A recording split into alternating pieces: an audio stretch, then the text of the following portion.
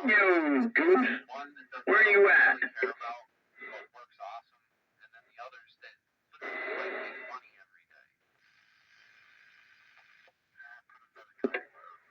Come to think of it, where's anybody at?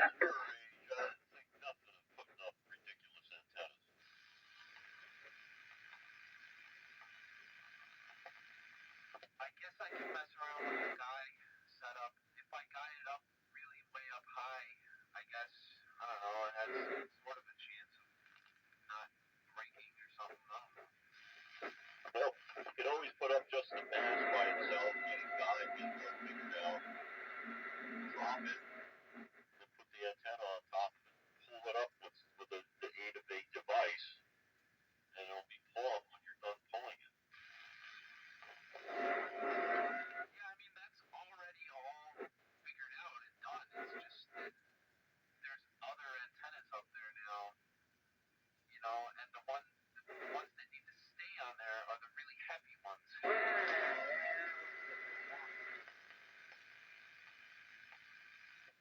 Sounds like you need another tower. Got another tower. It's in the garage. Is that in the garage? On my SBE Trinidad 3. Breaker. They sit in each other. It's fence posts, but it's like strong steel stuff, whatever. I have to be able to take the top mast off and lower it down and sit it on the ground, you know, and then put the other mast in there, lift that up, set it on to the other mast. So I basically have to like lift this whole thing in the air and hold it and get it onto that other one. I have to be able to do that. And with the CB, you know, a Demco antenna on there for 10 meters, I just don't know. Did I get to that mast that came out of the tower? Like, I'm never going to use this, Billy? I think so, but what's in here is all, like, way longer. Yeah, that's 21 feet, and that's really heavy stuff. You can just put it up anywhere. Right on the ground with swivel base. Or you could just continue right up with something else. You know, I mean, that antenna you're going to use, put it up 30 feet and you're done. You know, it's got a shot everywhere in the clear. It's a vertical with radial, so it doesn't care. Put the thing up 30 feet in the air, you're done.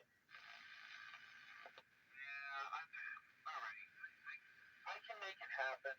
It's just, I'm going to have to do it. I'm going to have to change it. I'm going to have to break a bunch of stuff that works. And then figure this out and try to get it to work. Oh, man. Yeah, I can do it. I like Dave's idea. Hey, for Barrier. Good evening, Rooster. How you doing there, Mr. Rooster? Hello there, JR. How are you doing? Paying for? Not bad. I'm doing. I'm okay. Can't complain. Yeah, nobody cares anyways, you know.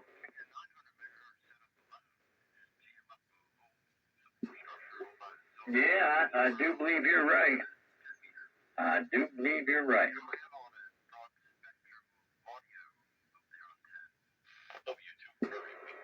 Some guys are on, 20, channel 12 up there in Leesport.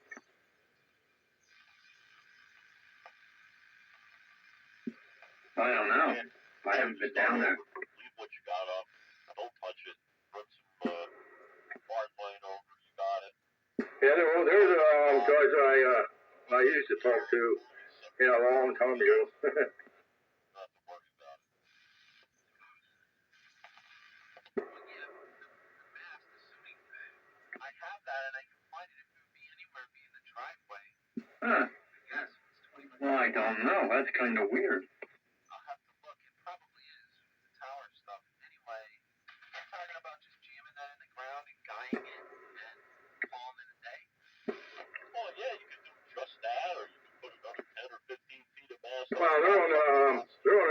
the mountain, to you, they're on that, other side of the hill there. The reason I don't ever need it is because it's got a sprocket. Yeah, I don't think I ever really listened down there, like, during their local talking. I mean, I pass by and I catch some of the guys, but I don't really recognize their handles, so I don't know, just never gotten into chatting with them. Yeah, then Bill from Fleetwood, Navajo from Leesport, Poncho, and I can't think of the other one. And weird. Weird, yeah. Oh, yeah.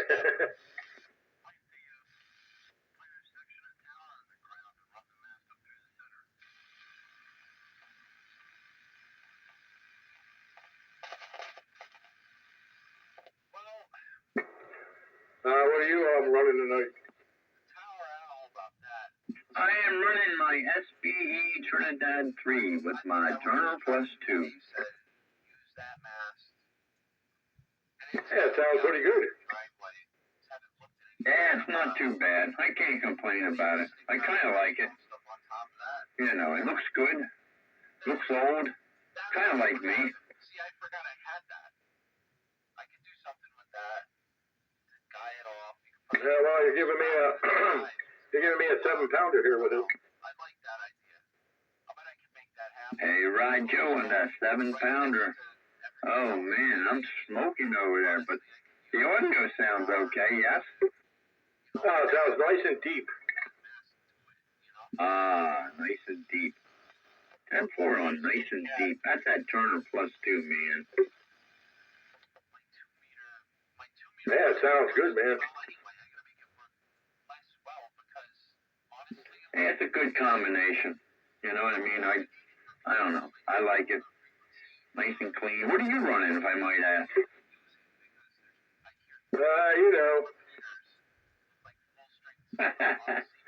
$29.95? Can you tell with the signal?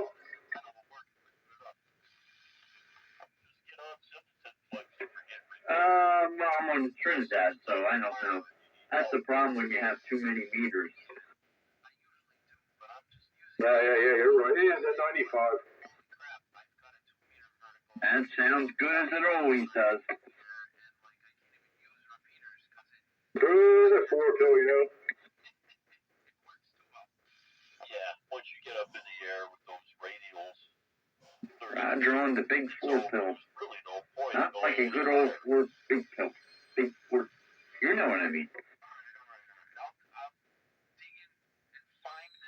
Well, you have the same problem I do sometimes, huh? Yeah, I was pretty busy. I had my computer went down. I got that back working again, and I had an antenna I had to fix tonight, so got that all up there and working again. So I was pretty solid, pretty big, pretty big, even to me. That's also.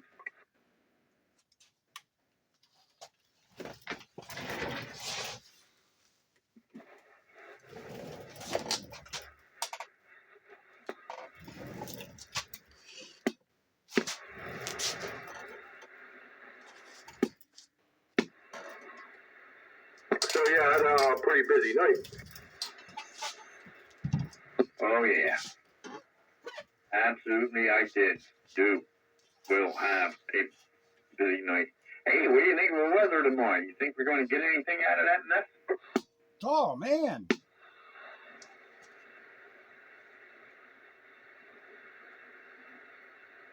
I'll take that as a yes.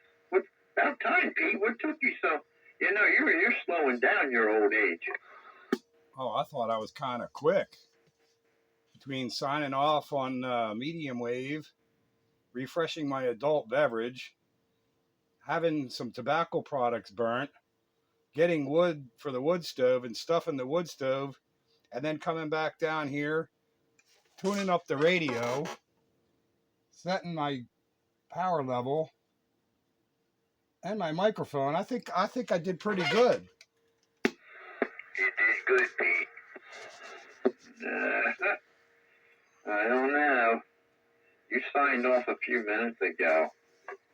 I was upstairs, downstairs, got me my beverage, and I was back here chewing the fat. I don't know. You're slipping. You young fellows just can't compete with us old farts. I don't know. I had to dial myself up like 25.2 megahertz to get here. Oh, that's right. I forgot. You're running that classic stuff.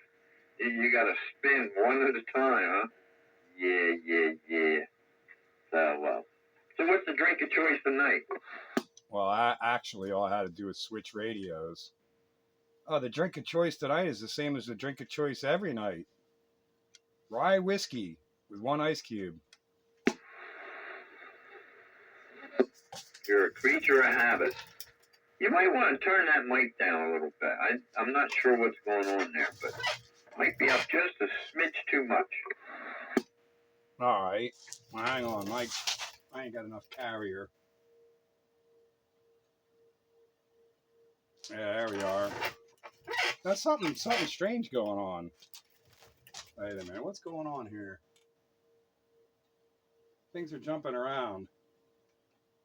So I may have other issues that haven't quite made themselves apparent yet. But anyway, is that acceptable? Yeah, modulation. Yeah, I guess. But you're right. You have something else going there. You're like warbly. Yeah, I don't know what it is, but you're warbly.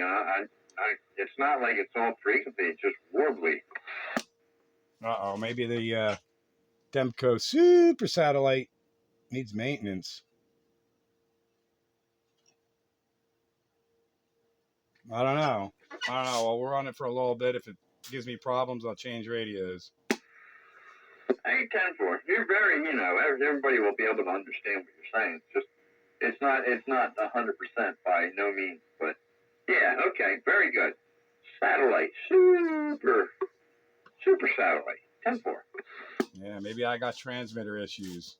I don't know. It has acted kind of strange in the past, and then it usually fixes itself. But maybe it won't fix itself this time. I'm not monitoring myself, so I can't say what's going on. I don't have an opinion. You sound fine here. You got like a hum, and it's warbly. So there you go. That's what I'm hearing. So there, just letting you know, my friend. Just letting you know. I got them dog ears. Well, Wayne says he don't hear that. So, and then something just changed and changed back again. I do have something going on, but I'm not sure what it is. Roger. Indeed. Hello, Wayne. Hello, JR. How you been, buddy? You been all right? Yeah, I'm just fine here. All right. Hey, don't worry about the snow removal tomorrow. Let it go. It's going to wind up being ice, and then it's going to rain, so it'll be here and gone. I only have my steps and about 12 feet of sidewalk to shovel, so it's no big deal either way.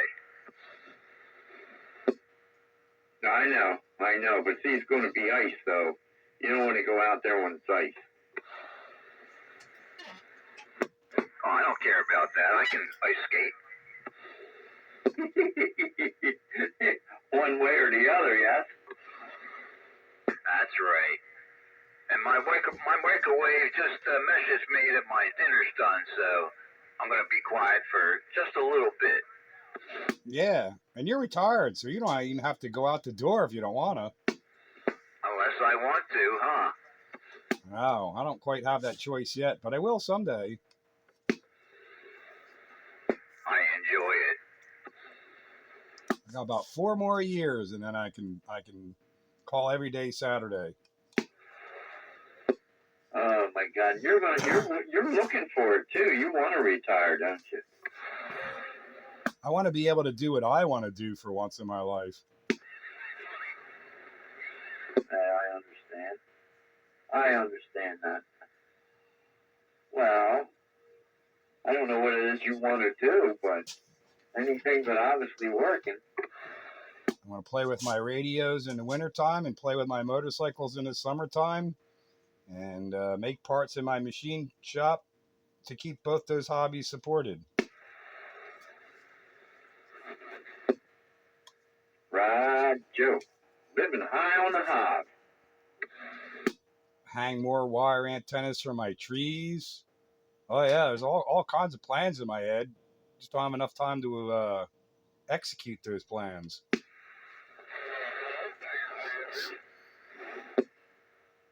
Yeah, well, hey, listen, as long as you're in good physical shape, you can mobilate around there. It's all good. That's a good retirement there. Yeah, now Dave is throwing the gauntlet down. I don't know if you caught that or not, but he wants to put up a 3-element wire beam pointed towards Europe. And I'm like, oh, you have to put these ideas in my head, don't you? So I'll get extra bonus points if I get one hung before he does.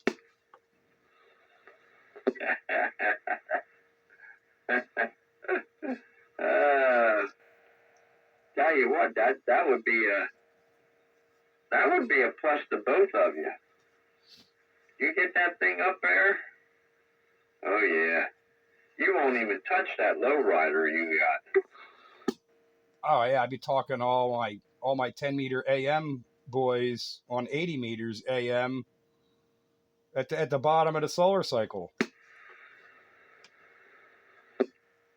Well, it's all right. At least you'll catch a glimpse of it anyway. The time you get it up there, I don't know. You never know. I think once you start, it goes pretty fast. Well, in 4 years, we'll be nearing the bottom. Well, we'll be downhill on the solar cycle anyway. Maybe not yet at the bottom, but then I'll have time to put up a 3-element 80-meter wire beam. Well, you don't have to do it all in 2 days or 3 days. You can start out a little here, a little there, maybe. I don't know. Piece it there. You might be able to beat that 4-year record. Have it ready to go in 4 years when I'll have the time to stay up all night and use it. Baby steps. But then, of course, I'll be too stinking tired, too old to stay up. You'll be falling asleep in front of your mic while you're talking to Dave. Yep, that's been known to happen. Hello, Pete. Rooster! Countywide. Radio. What'd you think of Frankenstein's laboratory over here? I thought it was pretty cool. Rooster got a little taste of 10-meter AM DXing. Ah, so you were down in the dungeon there, eh? Yeah, we're talking to Keith in Europe. Oh, I can believe that. I can definitely believe that. Yeah, he got a cool setup. Talking to them as easy as I'm talking to you. Now he's just gloating. With my 70-year-old 88-pound transmitter. Nice, though. That thing does transmit it. Sounds good, too. I don't know, man. I think the way that thing sounds, you ought to really look into doing that another way. You know what I mean, dude. Get yourself an amp for that thing. Nah, that thing doesn't need an amplifier. Yeah, and the cost of an amplifier that would take the drive of that thing, yeah. And do the watts, I'd be dimming lights and getting yelled at.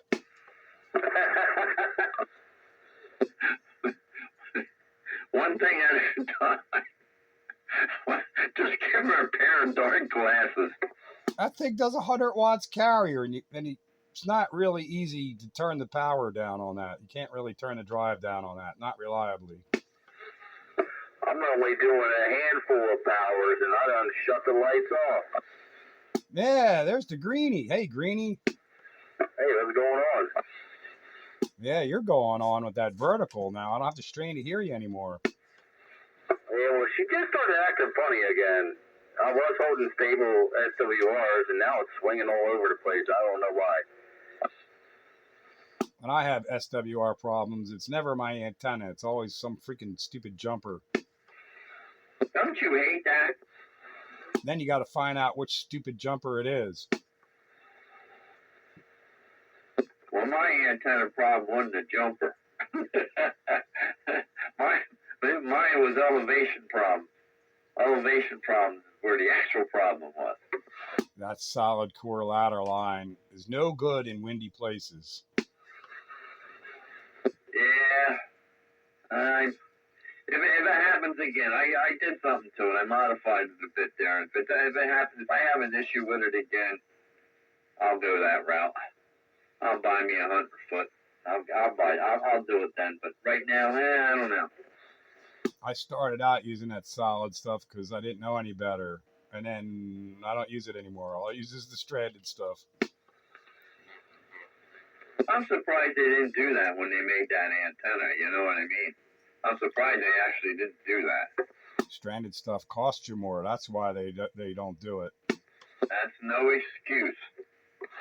I'm just telling you. Old GR5V, he's a cheap sucker. It's a G5 RV.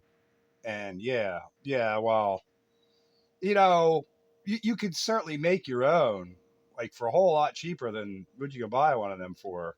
Because essentially that's what mine is. It's just a longer one.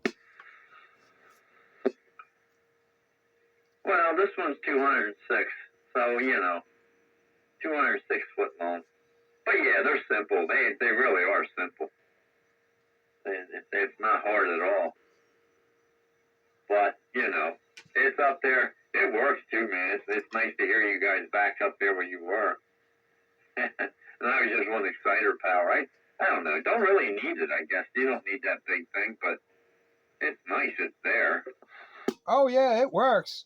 Oh, it absolutely works. But mine is bigger than yours, 265 feet, and my 35 watts of AM carrier power gets me out there just fine with that big old balance line tuned antennae.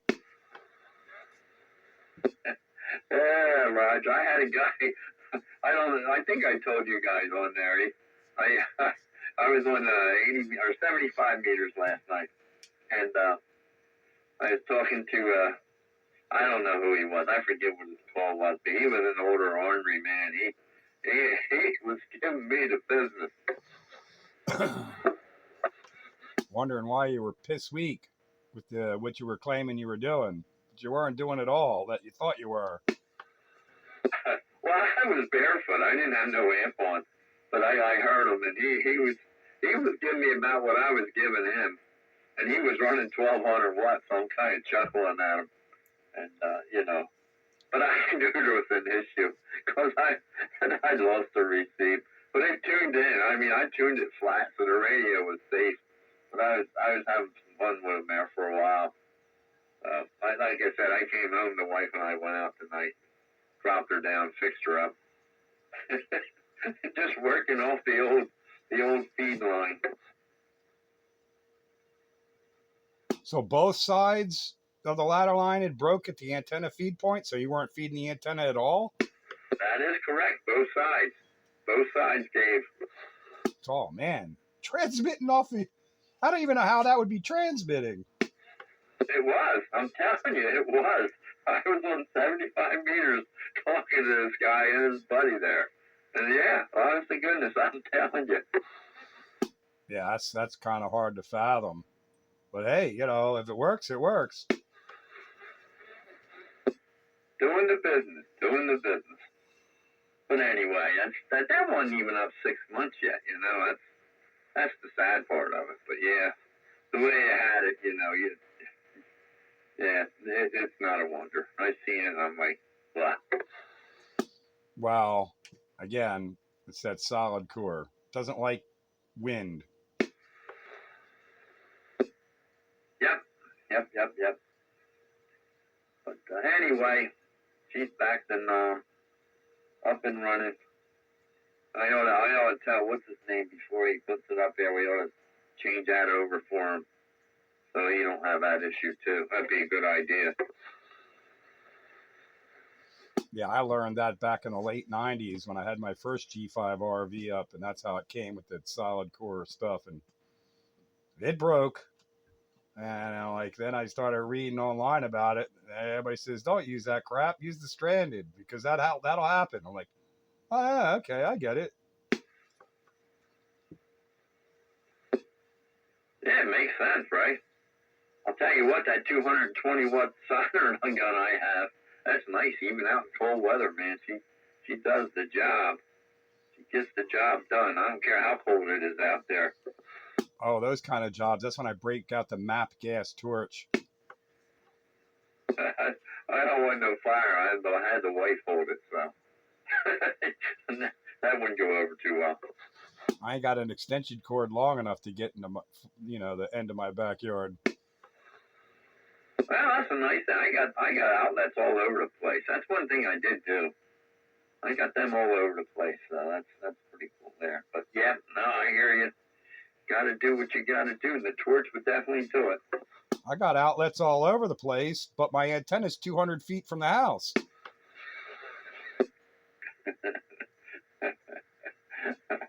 Extension cords. It might take a little while for the electric to get to the plug. I got 100-foot cord. I don't have two of them. You only got one?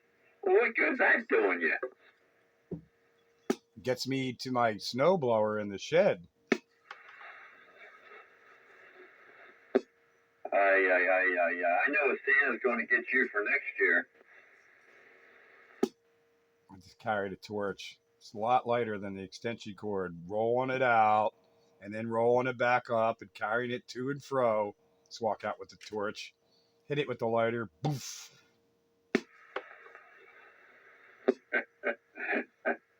Yeah, it's more fun to watch you work hard. You got to work hard there to get the satisfaction. I don't have one of them little small torches. I've seen them, but never applied it. Never used it. And then when I'm really getting serious, I'll couple the MAP gas with my oxygen. I really want to get serious on things. Well, that's not soldering. That's more like brazing. That's right. That's when I'm getting serious. I'll step it up and braze. Or silver solder. Man with the plan. Or silver soldering if it's real high quality. Oh, I done a lot of that over the tube. I used to work out then.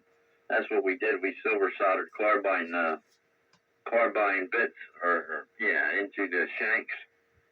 That's what we did. Save all that carbide. When I worked at the machine shop, I saved all those carbide bits in a coffee can. And I remember getting enough for like 2 or 3 cases of beer out of one coffee can of carbide at the scrappers.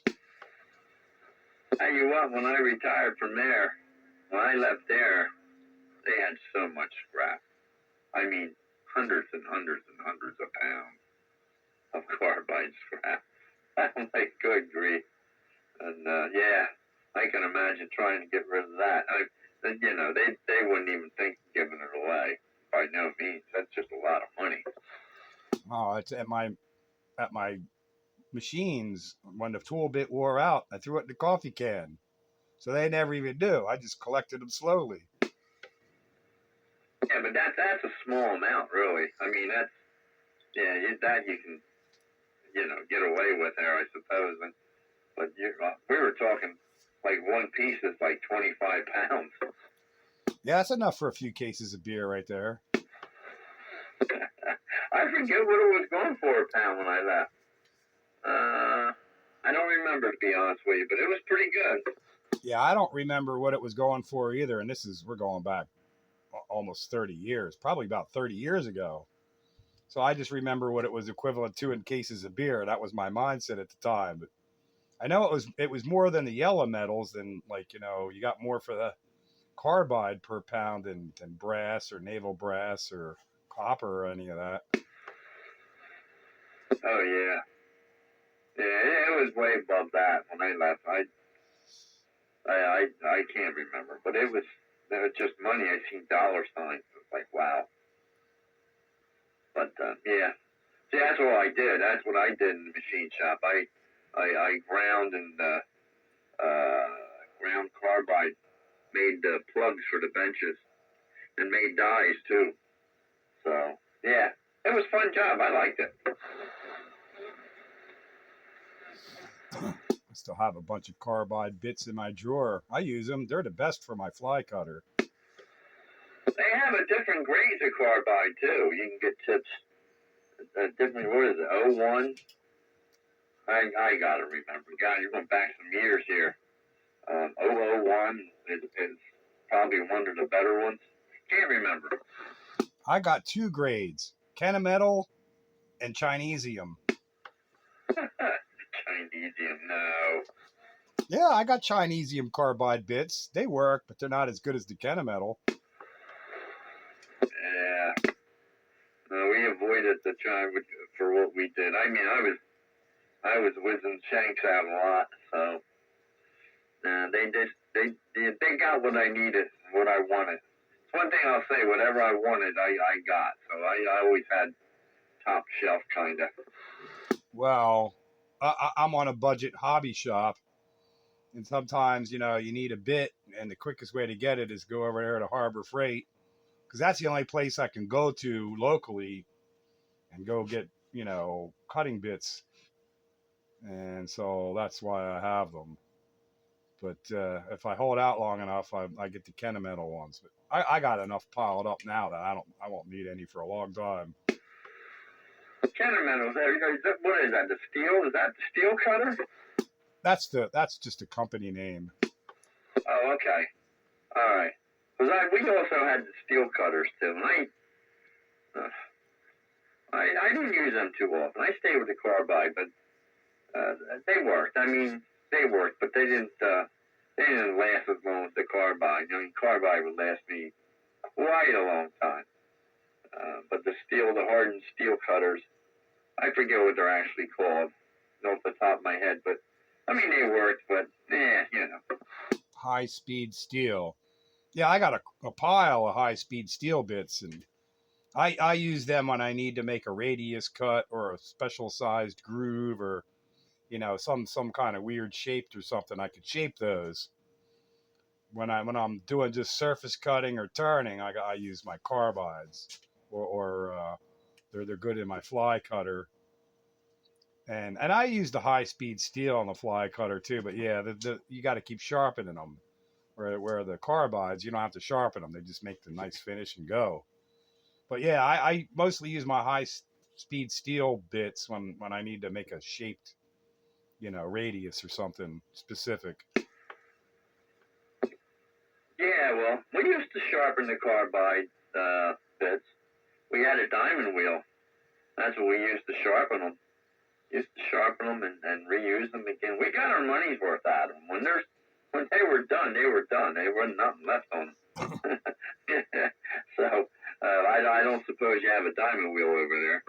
Yeah, I call it a green wheel, and I do have a green wheel, and I could sharpen them, but I can't shape them like I could shape a high-speed steel bit. You got the green, that's the real fine one, isn't it? That's right, the green wheel. The green wheel will sharpen carbide bits. Okay.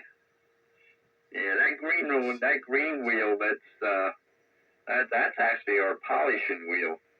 It sharpens bits, but it's a slow sharpening. Yeah, that's right. Well, when you're a hobby shop, you gotta make do with what works instead of what's right. No, that's fine. I'm trying to remember who my supplier was for diamond wheels. I think actually sometimes we got them out off of McMaster's. Some of the diamond wheels, they had three different grades. Anyway, they have them.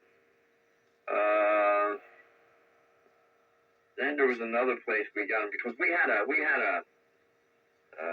small sharpener, but that wasn't diamond wheel. That was something else. That was another special wheel for sharpening saw blades. That was a neat process too. I've been so poor for so long, wanting to do things on my own and get them done, that I'm an expert on doing the wrong thing the right way.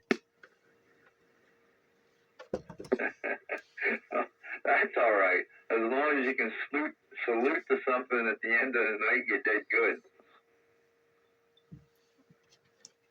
Yeah, I can't always do it right, but when it's done, it's correct, even though I did it the wrong way to get there.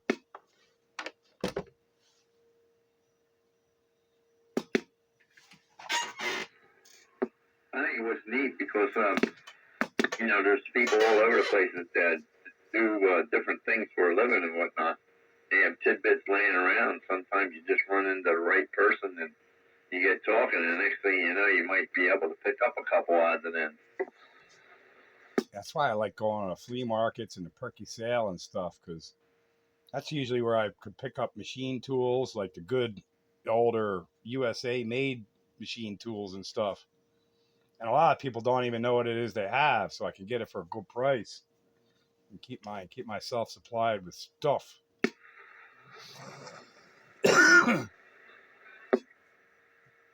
Yeah, you gotta watch it. I know there was another person I knew at the old work location there.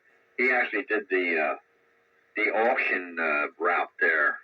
You know, they put auctions up there in papers or whatever. I don't know how he ever followed it. I never really got that far involved with it. But he used to find a lot of good stuff too, you know. But I don't know. That's you know, you see something you actually like and you want it, and you got another guy bidding you, and kind of gets you a little peed off there. But you know how it goes. But I never got involved with that.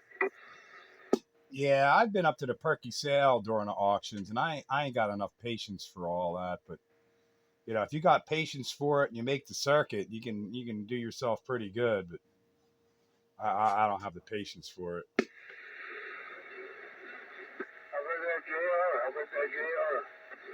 Hey, how you doing, Mr. Agitator? How you doing, buddy? I was just cattle master. Oh, cattle master. Oh my goodness. My bad. I got that all wrong. Doing good. How you doing? I just opened up my power supply. I got one of these power supplies made by Megawatt. S712. I have two of them. The one died out on me. I took it apart. Would you believe the fuse was soldered into the chassis? The fuse, we actually soldered the fuse into the board, the circuit board. Did you ever hear that before? Oh yeah. Yeah, sometimes they do that. I don't know why they do that, but they do it, and that's it's just a little bit more work you have to do to get it out. But yeah, it's not a real uncommon thing, but you know, well, this time they got you. So what happens now? I unsolder it, take it out. I'm going to have to find a fuse with the little wires hanging out of it. You know, they're not wires, it's little pieces of steel hanging out to go back into the circuit board. Well, you can always send it back to Megawatt. You bought it off them, right? You just got that, right? No, it's a couple of years old. I got this off of Renegade. I bought two of them. The Renegade in Westchester, down this way. I bought two of them off of him. I got plenty of power supplies, but he said these things will take care of you, man. They'll work good. You'll never have to worry about them breaking down on you. And the one's still working. That's what I'm using on the linear, the 50 watt. This is a 50, I mean a 50 amp Johnny. So, somehow I'm going to solder that out and they try to get this thing working again. They're both 50 amps. So, but it's crazy. I wonder if I can buy like a sleeve that I can solder in there, that I can put the fuse onto the sleeve sort of, like a little valley, and then I can put the fuse in there. Because this one here, I have to solder it out, and it's got like two tiny little silver wires that are connected to the circuit board. I don't know where I can find something like that. I'll have to go online to see if I can find one. If I I'll just take this out, solder it out, put the new one in. But this is new to me. I don't know why they built it like this. This is supposed to be a good power supply, but you know, they want. I called them up. They wanted $20 to fix it, and they wanted another 15 to ship it. So that's $50 that I have invested. I can do it myself. Yeah, you can do that yourself. It's no big deal. You know, you just look at it, and you can even modify it. I mean, you can definitely put a fuse in there. It's not a big deal. But yeah, they solder them in there. You just take them out, and if you want to, you can modify it with another fuse holder there. One way or the other. It might take a little bit, but yeah, it's only a fuse. So, what size fuse they got in it? And those megawatt switching supplies they are supposed to be pretty decent. I hear. Never had one, but I heard they're pretty good. But anyway, what size fuse is it? That's what I would do. Modify it with a fuse holder and pop a buzz fuse in there. Little round glass fuse. Okay? It's about 1 inch long and it's tiny little round glass fuse. Hey, Roger. Well, you know the value of the fuse. I mean, it don't matter. It really don't matter. You know, but you get the value of the 20 amp or 10 amp or 5 amp, whatever it is. I don't know what they're using it for in there, but you get the value of it and just go ahead and modify it. You know, that would be the way to go.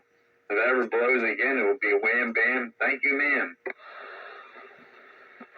Yeah, maybe that's what I'll do. I can get a fuse holder and I'll just solder the wires directly in the spots where the whole thing is, instead of finding something like this and it goes out on me again and I gotta resolder it. I'll get a fuse holder and I know what to do. I'm pretty good with the soldering. I've been a welder most of my life, so I'm pretty good at soldering. That's right. Hey, by the way, how you feeling lately there, Cattle Master? How you making out with your health? Well, I don't know if my body's going through the shock, but I have my good days and bad days. They gave me pain medicine, but that doesn't take away the pain. It's still there. Nothing has changed. Probably next month I'll go in for the operation where they put the wire along my spine to put a battery inside under my skin. I just got to get my A1s 6 and 7 and keep it that way because anything higher I'll get infection. Hey, Roger. Well, I wish you luck. I really do. You get it down there and do what they need you to do, and if it helps you out in the long run, hey, at least you're getting some good days in there now. I know you were going through a tough time there for a while. All right, Cattle Master, listen, not to cut you short, but this here's a classic radio roundup there, and there's a couple guys in there, and so I don't want to hold the frequency up with these guys, but listen, good to hear from you. Thanks for hollering for me. I appreciate it. I'll catch up with you again, okay? Yeah, 10-4, JR. So many threes for now. It's been a pleasure talking to you. Have a good night. All right, you too. Good luck with the fuse there. We'll catch up with you. Yeah, Pete, I think that would be the easiest way to go with that. Anytime they do that nonsense, you make it as easy as possible for next time. Oh, yeah. And it sounds exactly like one of them glass buzz fuses soldered in place. Unsolder that puppy out, put a fuse holder in, and then you can pop it in and out as needed. That's right.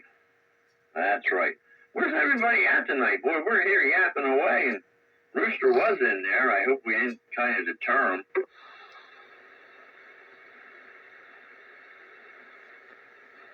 Yeah, where's Bite Buster? And there's a whole host of them that are missing. I know where Sandbagger is. It's a little early for Night Train, but he may show up. You never know. Sky Rider, he may be busy on the ham bands. Meatball Bandit. Oh heck, there's a whole list. I'll be here all night going through that list of the missing characters. I made contact with Bitebuster, 38 lower sideband, probably about 45 minutes to an hour ago, and Badger was up there as well. Ah, well, listen to you. I forgot about you, Green Dog. I apologize for that. Good evening time to you. I forgot to say hello. I heard you in there, and you're knocking me out of my chair, and by golly, I just done did forgot about you.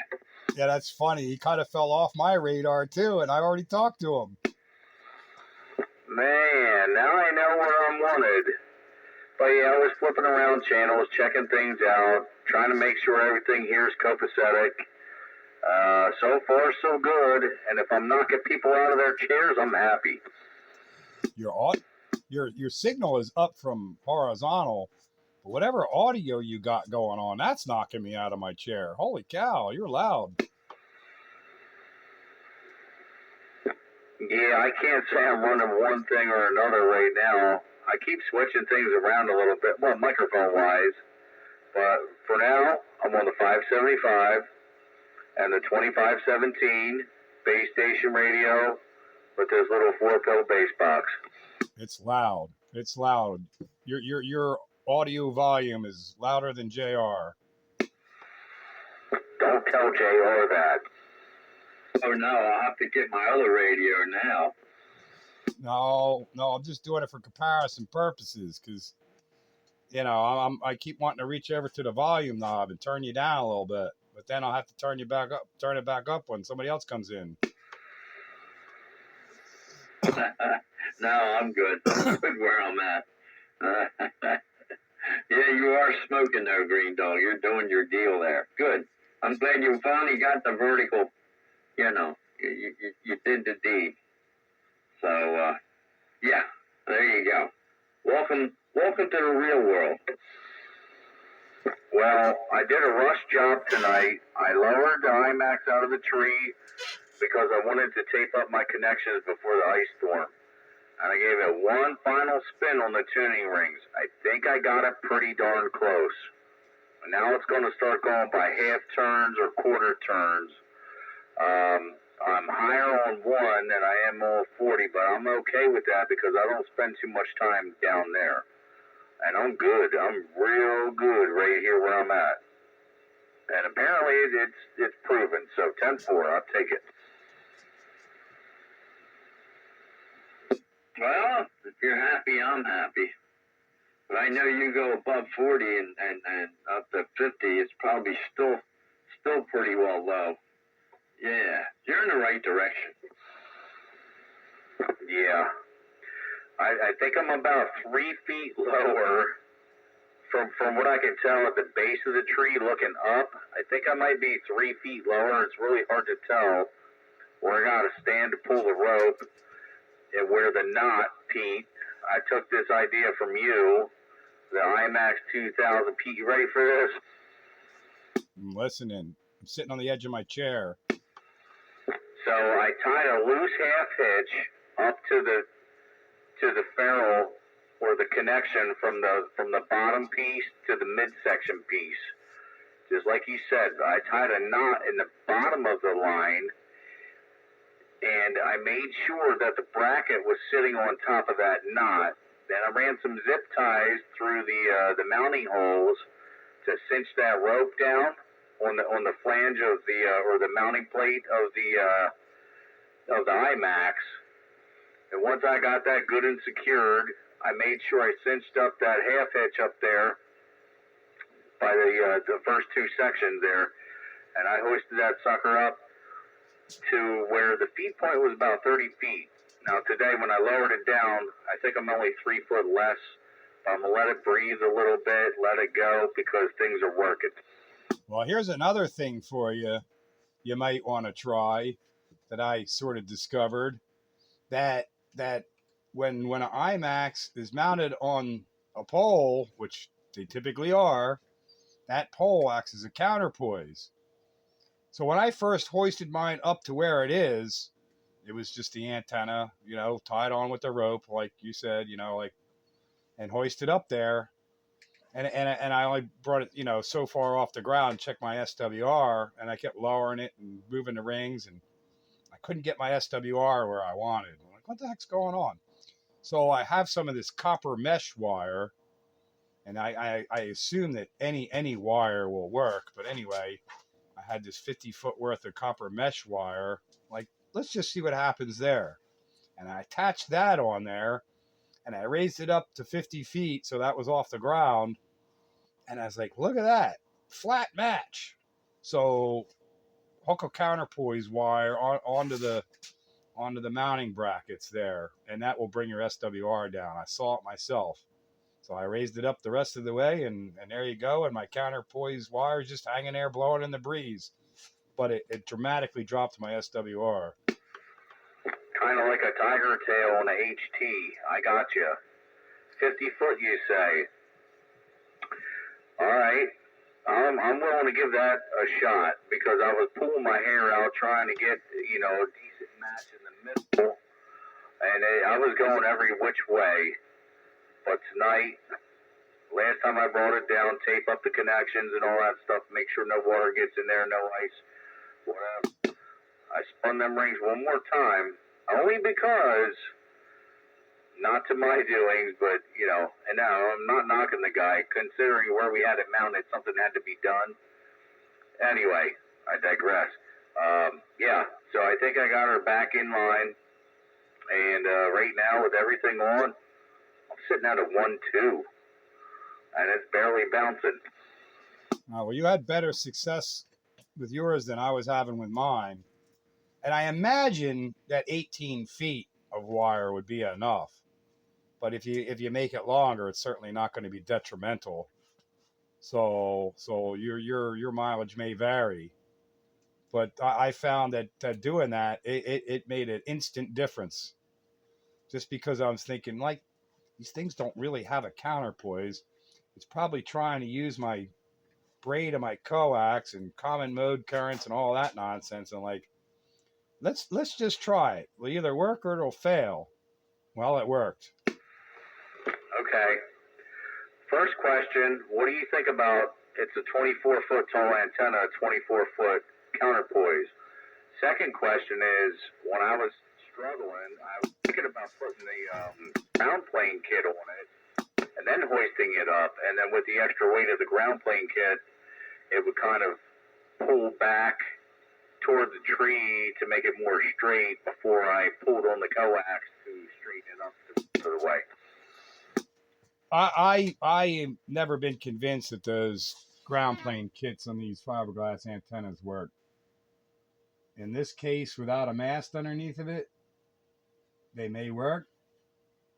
I've never tried it, and I'm having issues with my radio here. I'm losing power, so something's going on with my Demco super satellite. But the reason I say 18 feet because that's a half wave. And you know, I know that'll work. You don't have to go 5/8 wave, but a minimum, well, you can probably get away with just a quarter wave worth of wire, 8 feet, to make a difference.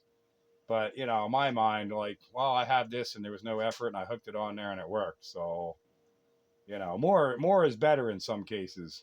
All right, I got a hole right in the center of that bracket because I did something similar. I think back when I first had this antenna mounted up probably over 20 years ago, slightly over 20. Ran a ground wire right off, so it's drilled and tapped. I think I might hook something up to that and see if that doesn't change things. Hopefully for the better. I don't think I can get much better than this right now. Well, I mean, it could always be better. But everybody's been telling me it sounded good. It's been doing good. I'm not heating up. Everything's going. Oh yeah, all that. It seems good.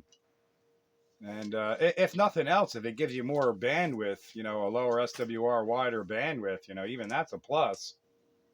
even if it don't make one particular frequency better and gives you more bandwidth, you know. But in my case, I was having struggle getting it like below 1.4 or 1.5, and I was getting annoyed.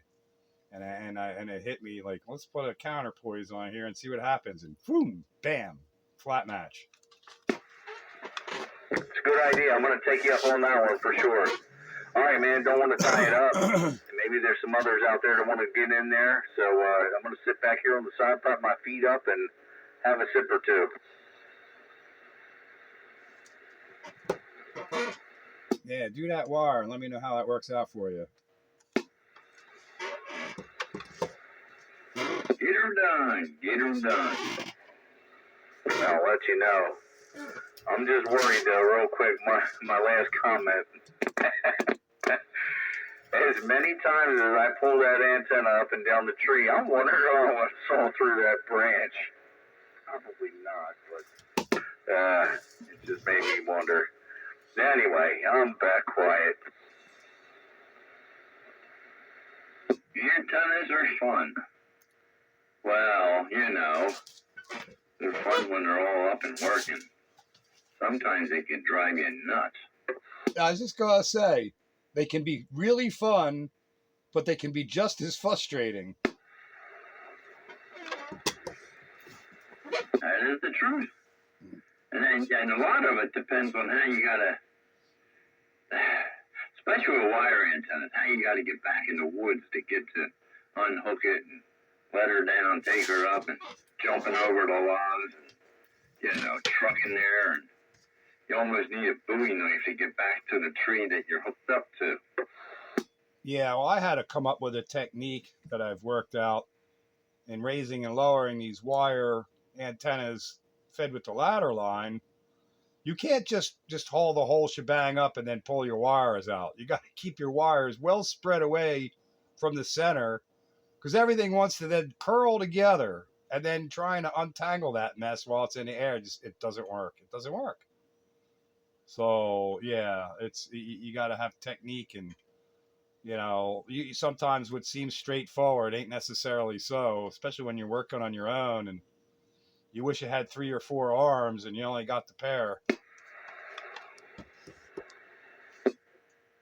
Sometimes you need that extra pair. It's funny, that ladder line, when you first put the antenna up nice and straight, you know, and not all tangled up, you go out there a month later and it's all twisted. I guess the wind does something to it. I don't know.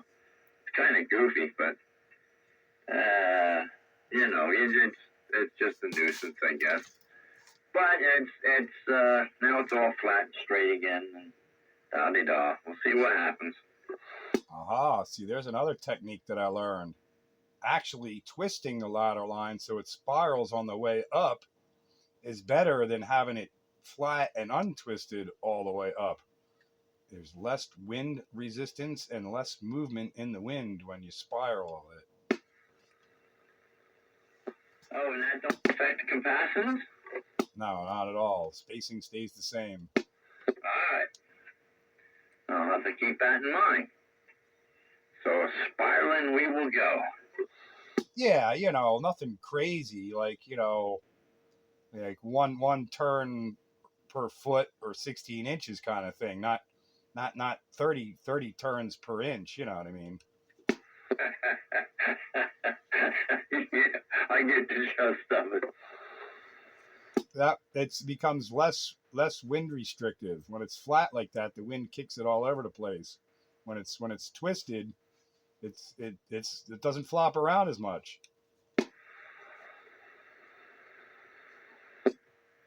Yeah, I gotcha. I understand perfectly. But it's nice to have it back, I'll tell you. Those guys are still talking on there. They're still going at it. Some nights when they get going, it's hard to get them to stop. And like I just felt like it was going on for a while. Like, well, I know Dave's not going to be in here tonight, so I better make an appearance to keep things on the up and up, you know, so the guardrail doesn't get destroyed by the taxi or anything.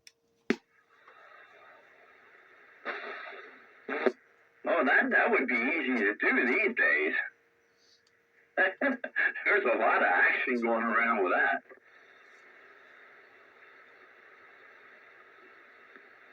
It doesn't seem like it's going to go off the rails much tonight. There's not a whole lot of players in here that can usually throw things off the rails.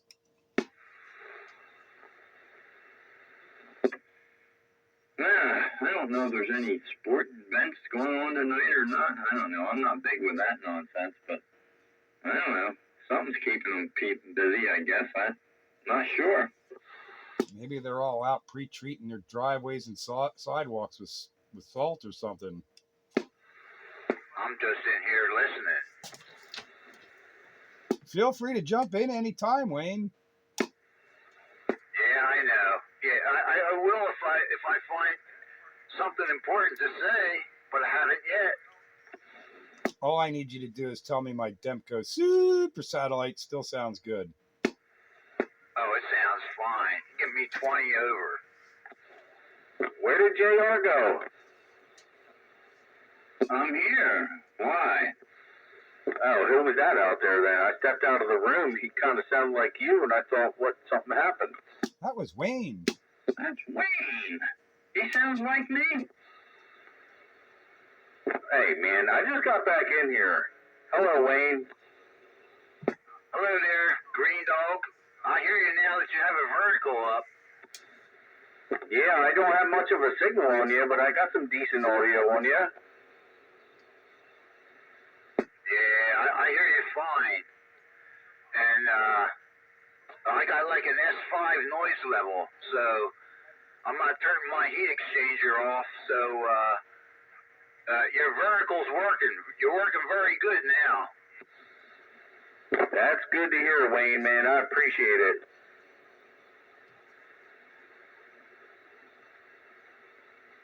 Good evening. Yeah, I couldn't hear you before when you're on your horizontal, but on the vertical, I hear you real good. Bite Buster's in here.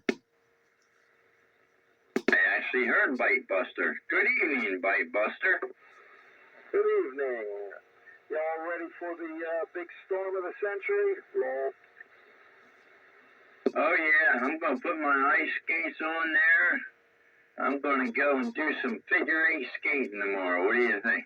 As long as it doesn't take down any of my antennas, I don't care what it does. I just want somebody to get JR ice skating on video. He's back. Yeah, that'll get more hits than my video gates on Classic Radio Roundup. JR, ice skating. Good Lord. Now I want to see a triple axle. I'm going to have my too long. I think the only triple axle you'll see is when he slides under a triple axle dump truck. Oh, easy there, big fella. Speaking of sliding, I was on my way home from work today, and I don't know, you know, that King of Prussia area is a stinking mess. I come off Gulf Road and turn on not 202 south, but that leader road next to it that, you know, goes into 422 there. Well, somebody came around the on-ramp on the other way from 76 into that feeder road, and they were carrying some kind of, you know, tractor kind of tractor. What do they call it? Tractor whatever. I don't know. This big old dozer thing. Went around the corner too far, and the freaking thing fell off their trailer and landed on its side. I sat there for 40 minutes till they cleared it out of the way. What time of day was that? That was just after 3 o'clock. Okay, because I left the job site I was on was out in Bromall, and I left at 3:15. When I got down to the 422 interchange, it had us taking all back roads instead of, you know, 476 down to 76. Had us taking back roads for, maybe that was why. But we were, I think it was right around Wayne. We were hopping on, we were hopping on to 422. Policeman passed us. went blazing down the highway on 422. And then, what's that bridge right there at King of Prussia? Is that the Schuylkill? Yeah. Yeah, the 422 goes over the Schuylkill, but that's Trooper. I don't know what other bridge you might be talking about, but I was on that feeder road that parallels 202 South, just south of Gulf Road. And then there's, on and off ramps there from 76 and all that. East and west, 76 feeds on it. That's the way to get on to 422 where it first starts. Well, where all that comes together on that feeder road, the east and west 76 and the 202 South jump off to get to 422, like must have happened like 2 minutes in front of me, because there's only like a dozen cars in front of me, and I so I was trapped like a rat. There was nowhere I could go, and I sat there for 40 minutes, and that was at like 10 after 3 when I would first got stuck there, and then about I guess it was 3:45 or so when I was able to move again. Okay, 10-4. Well, what I was saying about the cop that passed us, he went blazing past us, cutting through all the traffic and everything. And then when he got to the bridge on the Schuylkill, by the time I caught back up to him, he was on the shoulder of the bridge looking, let's see, if we were heading westbound, he would have been looking to the north, upstream of the Schuylkill. And he was looking over like he was on call to go to that specific location and look to see what was going on down the river. And I was looking as I was passing, and I could see the river, and I saw two things out in the distance, and they looked like they were splashing around. Don't know what they were. I didn't know if they were people or animals or what, but the two objects I seen, they were like white, like bright white. But they were definitely splashing around, so I don't know. But apparently that's, I think, what the call was about. Because that same police officer was stopped there on the bridge looking over, and I noticed something in the water. Well, I was at a different location than where I was sitting at. Different time frame, too. But anyway, let me get back on it again. Oh, man. Maybe they were dolphins. Space aliens. Space alien white dolphins, yeah. See, if you had a radio in the car, you'd be able to talk to them. If I was able to transmit on their frequencies, I'm pretty sure they'd be chasing after me.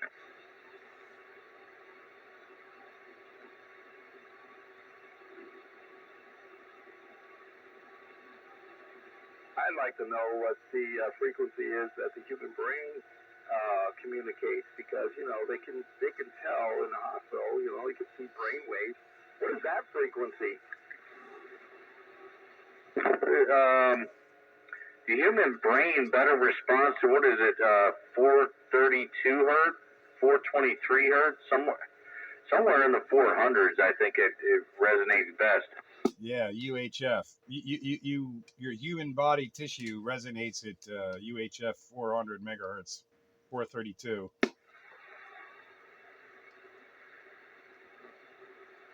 Yeah, I can pay attention sometimes.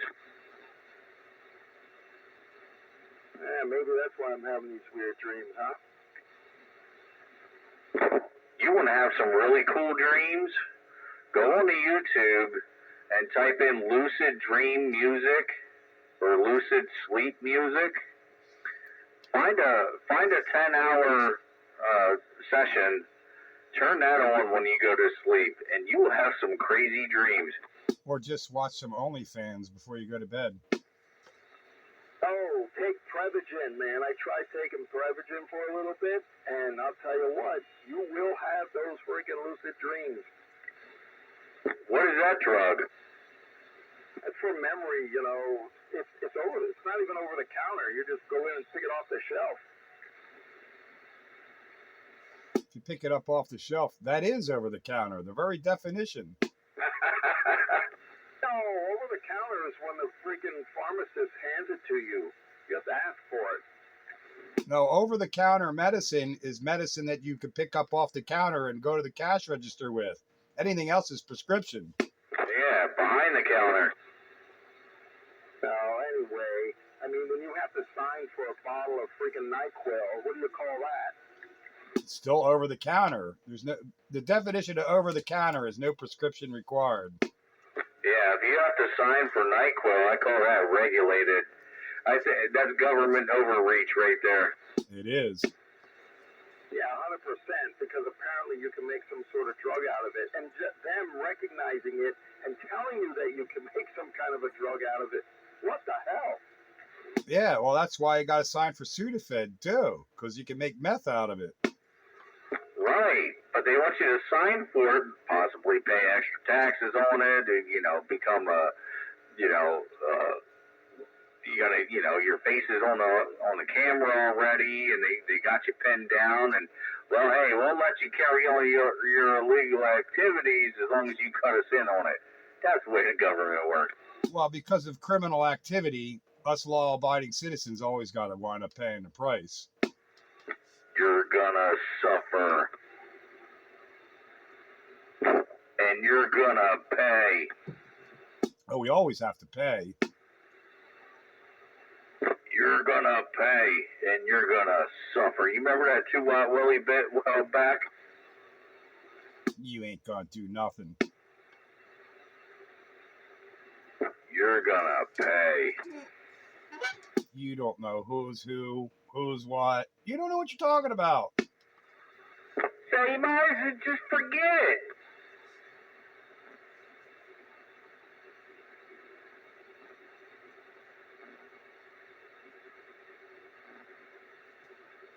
Johnny Walker Nights. On Classic Radio Roundup. On 27115. Hello, Badger. Hello, Pete. You sound the same on sideband, too. What? That's not a bad thing either. Nah, it means you're doing something right.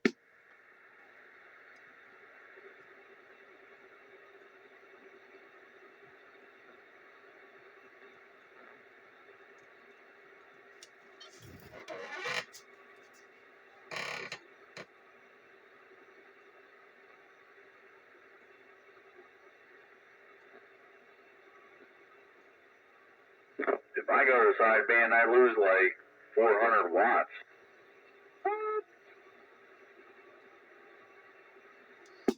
Yeah, I could probably say the same thing. Which I always assumed that you would gain more. And it usually, well, no, I can't say that usually was the case. I've been playing with this Class C garbage, but now I upgraded, semi-upgraded. Oh, well, see, I got to use a different amp for sideband, which is half as powerful as my Class C AM amp. That's why I lose half the power.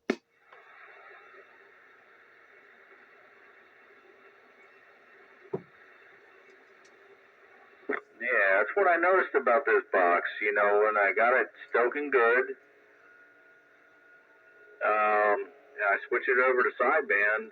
I'm not doing nowhere near what I am on AM. It should do the same peak power. It don't show it, but I did. Oh, I forgot to tell you guys. I talked to Northern Alberta, Canada, just tonight. Mike, 1031, RC 101, I think it was, Radio Canada, Alberta, Northern Alberta. So I don't know. I just dropped a pin somewhere north Alberta territory, and it was showing 2,000 plus miles away. Well, you need a peak reading watt meter or an oscilloscope, and those will tell you the truth. All these other quasi peak reading meters, they're not going to tell you the truth on peak watts.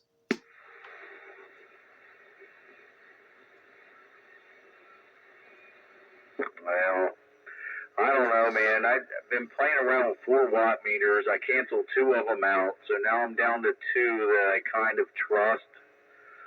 And that cross needle meter that I have, that thing is too damn small for me to see. Makes me feel like I need to get glasses.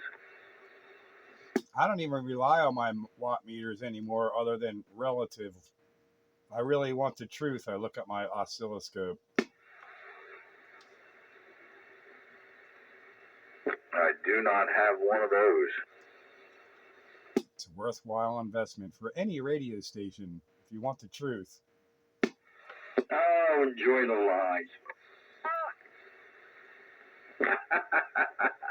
Yeah, tell me again, girl. How do you really feel? Oh, you're the biggest radio operator out there. Give it to me, baby.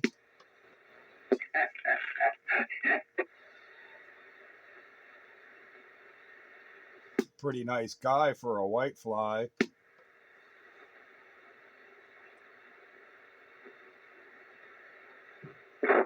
Is my fly down, man? How the heck do I know?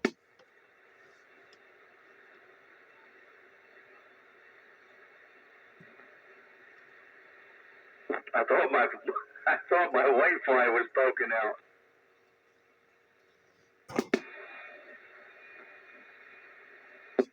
Well, now, I don't know.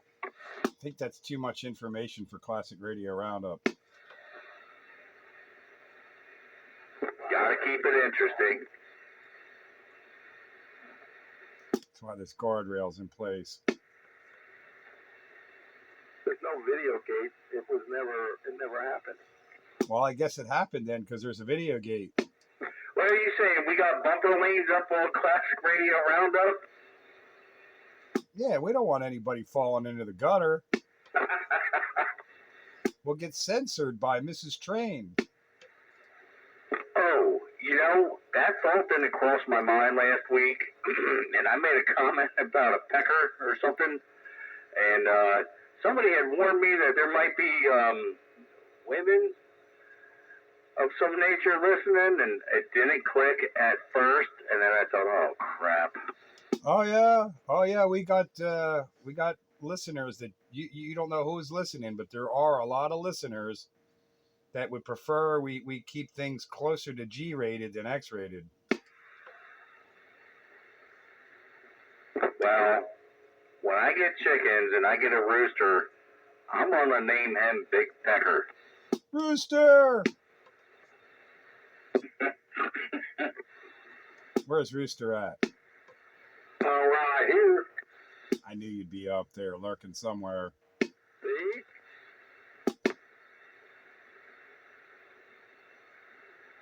Say what? You never know who's listening. There are a lot of people I found that are listening that never key up. Scared. No, they'd like to be entertained, but they don't want to be grossed out. Well, this is like a radio show. It's the Classic Radio Roundup radio show, held here weekly on Channel 13, 27115 on your amplitude modulated radio dial. I'm listening all the time, but I key up too, occasionally. Come on, enjoy the show. And even have something interesting to add on the occasion. Occasionally. Yeah, I talk a whole lot of smack, but every once in a while I come up with something interesting. And when you can't, that's why you have backup. You got the rest of us. That's right, it's an ensemble. It's like an umpteen-piece band. Where the instruments keep changing.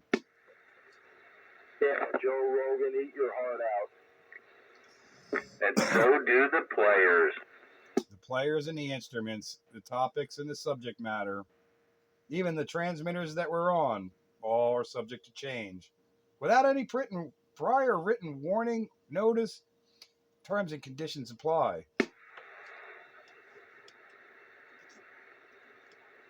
Too much information. Did we have any precipitation yet? It's supposed to start at 10 o'clock from my weather forecaster. What, tonight? Yeah. Oh, I didn't know that. I didn't think it was supposed to start till 6 in the morning. It's supposed to start snowing at 10 o'clock according to my Alexa. Don't talk about her. That's why I whispered it, because if I say her stupid name, she's going to go, what can I help you with? Alexa, sing a song. Spitfire, I was not listening to you this whole time. Please carry on about your business. Yeah, meanwhile, you're taking notes.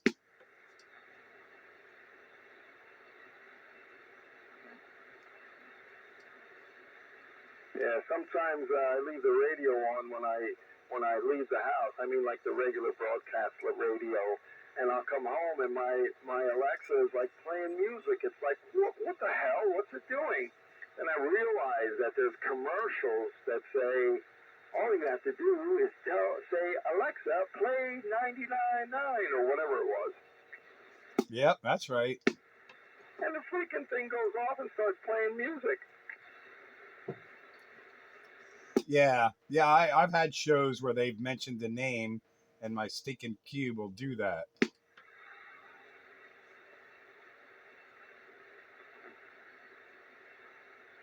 Yeah, I don't like when it butts into our conversation. Like, who asked you?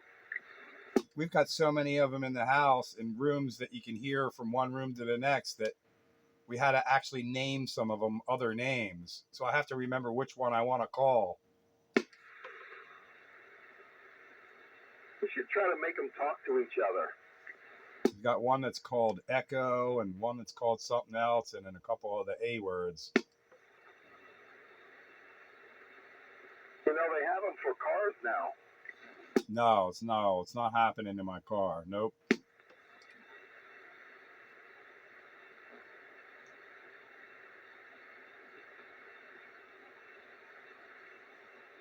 Yeah. Alexa, why is there a backup on 422?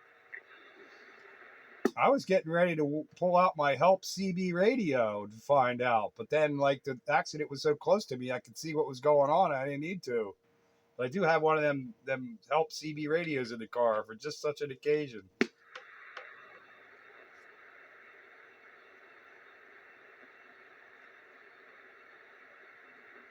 I would just have to pop open the sunroof, flip the mag mount up on the roof, plug the thing into the cigarette lighter, and I'd be off and going. People would have been like, look at this dude, man. What is he, like secret agent or cop undercover? Inspector Gadget.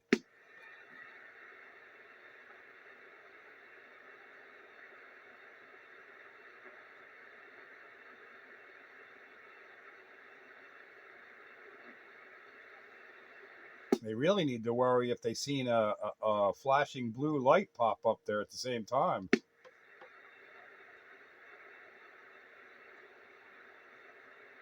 Remember that guy he would talk, he was in the area. He used to be in like Percy or something. He would always say, doing the best I can. Remember that guy? George, I think his first name was. Yeah, he was always mobile. He was mobile and around all the time.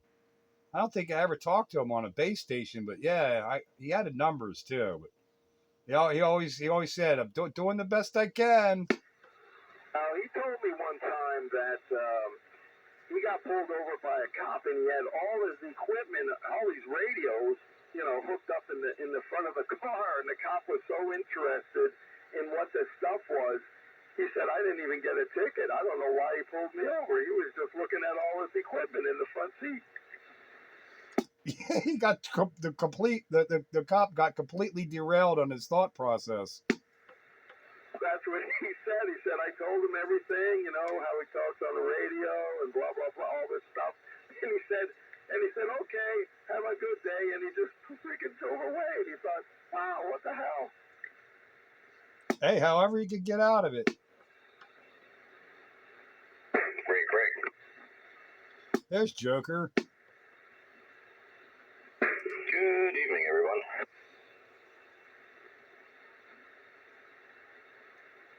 you, Night Train Junior, coming in at almost 9:30, running the night train. Yeah, the funny thing is now, my wife's got back into doing the music stuff, and the Valley Hotel has open mics on Wednesday. So now she wants to go up to see some of the open mic stuff. So that's where I've been. You know, if it wasn't so far away, I'd probably go down there, hang out a little bit. But geez, got to drive back after that. So far away, what is it, a whole 8 miles? No, it's probably 10 or 11 for Bite Buster. Oh, I'm sorry. I underestimated by 3 miles. I think it's worth a laugh. What's that, a whole, what's it going to take them, 20 minutes? I thought it'd be funny if I added those extra 2 miles. Yeah, well, that makes such a difference. Oh, my God. I'll drive 8 miles, but I don't want to go 11. Yeah, you know, 10 beers and 20 miles, I don't know. I agree with Bite Buster. It's hard to stop from having a good time. Well, yeah, the drive there is easy, but then after the 10 beers, the drive home might be another story. That's what I'm saying. You know, one beer leads to another. Always. Then you gotta go up Shimersville Hill. I think Bite Buster and I will get along just fine. Now, if it was only, you know, a 5-10 minute ride, that wouldn't bother me so much. I think all of us at a party would get along just fine at some bar somewhere on open mic night. Maybe even karaoke. I run karaoke at the American Legion in Palm. Do you really wanna hurt me?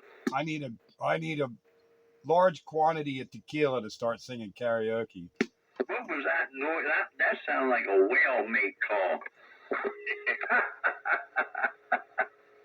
That was my stint at karaoke. Yeah, I won't sing for many, but I'll sing on the job site, and I'll annoy a couple of guys. I thought somebody stepped on a cat's tail. Do you take requests? He said, do you really want to hurt me? Yeah. After singing like that, I do. That's not the point. The point was I was singing Boy George, you know, karaoke night. Why do I know that? I don't know. That's probably because that's what he sang on karaoke night. There we go. We woke him up. Hey, y'all didn't wake me up. I'm sitting there listening to y'all laughing. Sorry, Train. He was laughing at the whale mate call. See, I knew we were entertaining somebody. Yeah, the well-made call. That was what was funny. Hello around the band. Train. Signing on. Top it even, Train. We kept it G. Good evening there, Night Train. Yep, we didn't even get close to R-rated tonight. No, I was doing well calls, well-mating calls. That's all right. That's G-rated. Yeah, I mean, it's nature, bro. Yeah, they were animals. Hello, Night Train. I'm in here listening. It's like listening to the National Geographic Channel. And for hello, Wayne. Yeah, we supposed to get snow tomorrow. Gonna mess up everything. Supposed to get snow tonight. I was worried about in the morning. No, it's going to turn to ice and freezing rain tomorrow. It's going to be snow tonight, and then turn to rain. Tomorrow's morning's gonna be an icy mess. I'm kind of looking at next week. Next week looks like it might be a disaster. One day at a time. One day at a time. Yeah, you can't get too far ahead because they're going to change that forecast anyway. The next week, or doesn't matter for me. I'm retired. Does it snow? Coming. Since I'm in Jersey and all, I got a completely different forecast. You're killing us. Brewster. Rooster! Yo. Countywide. Radio. Pete, I didn't get a chance to fire up the Browning, man. I worked late tonight, man. My help was moving slow. but we were working with a delicate material, and I didn't get out of here until after 6 o'clock. You need to ask me what I'm running. I thought you were supposed to have been getting on the Demco's per satellite. Still gotta ask. So I am on the Demco Super Satellite. Roger, yeah, I didn't get a chance to do it. I didn't get a chance to do hardly nothing that I wanted to do. I got a Browning Mark IV sitting over here. You really? Yeah, it's not mine. I gotta try and fix it. Roger, yeah, I wonder about that all. You can't get the PLL to work, right? No, this ping won't shut off. Apparently, turns it on and goes ping and stays pinging. That's very interesting. You should be able to get past that with a resistor. Yeah, I think I know what it is. I just have to get time to look at it. But more interesting was I got to show off the Command and Control Central. Yeah, that was more important. And 10 meters was open to my buddies in England, so that was way cool. I'm sure your feathers are up. What do you think, Rooster? Am I on cue there? Yeah, you're pretty much on cue there. You got it right. It was good. But then my husky wanted to eat his little border collie. You shouldn't have bought that border collie there, Rooster. I didn't know he was going to do that. He's always so good with other dogs. That was out of character. I don't know why that happened. Let me just put her back in the car. Now, what kind of dog you have? You have a husky, right? I got a husky and a Sheltie. The Sheltie was fine. And I knew he would be, and I thought the husky was going to be fine, but he wasn't. His hair went up. He got all nasty. I'm like, yo, dude, what's wrong with you? They both went at it right away. Yeah, a husky will eat a border collie. Mine is so stinking docile and lazy that I really didn't see that coming, and I seen him get along fine with other dogs. He's just a happy guy. There's something about Rooster's dog he didn't like. Well, you put a stop to it quick. Yeah, well, I'm always on cue, ready for that. Husky will eat a border collie. So how'd it go down, Pete? Rooster? So, Pete's dog got a little bit out of line. Pete, how'd it go? Well, I thought it would have been fine because my husky is afraid of my Sheltie, who's half his size. That's different. That border collie didn't have the right scent. It was a girl and they were males. Yeah, that didn't make any sense to me. That was weird. Maybe because it's a Jersey collie. Maybe, yeah. Well, yeah, he was from the wrong side of the border. Joker, what's all this Jersey stuff about? That's because Joker. You gotta tell him, Joker. Wow. So, this was a little while ago. We were talking about where we were located. And sorry about this, Rooster. But Rooster said, well, Joker, he's closer to Jersey. Okay. I think Jersey fell off into the ocean, and now Bali is. Hold on, I'm trying to get this right. Bali is now the East Coast. Yeah, Bali's closest to Jersey.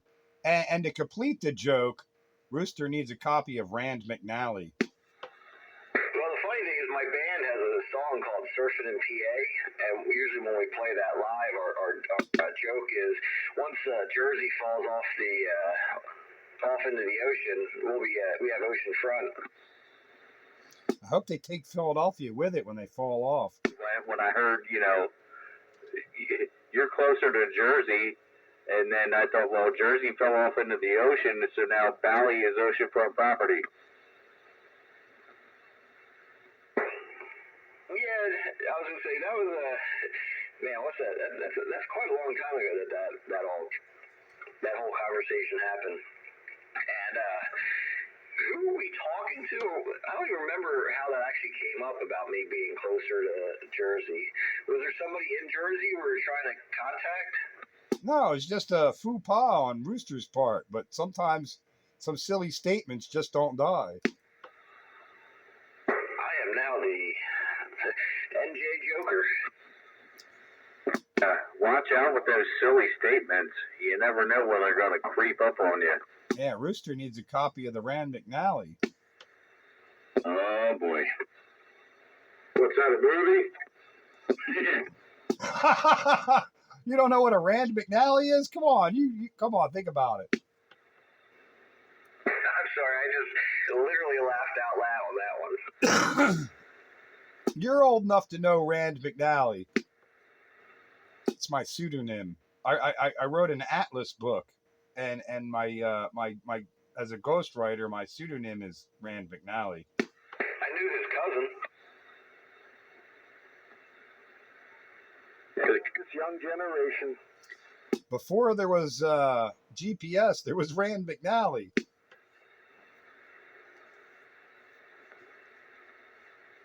Never heard of it. Yeah, we had to learn how to fold those things too. You never folded them. You opened them once, and then you shoved them into the back of the seat or the glove box. They never folded again. Oh, my Rand McNallys were always in book form. You know, all 50 states in like a big book. My dash was never that big. No, you folded them up and put them in the seat pocket in the back.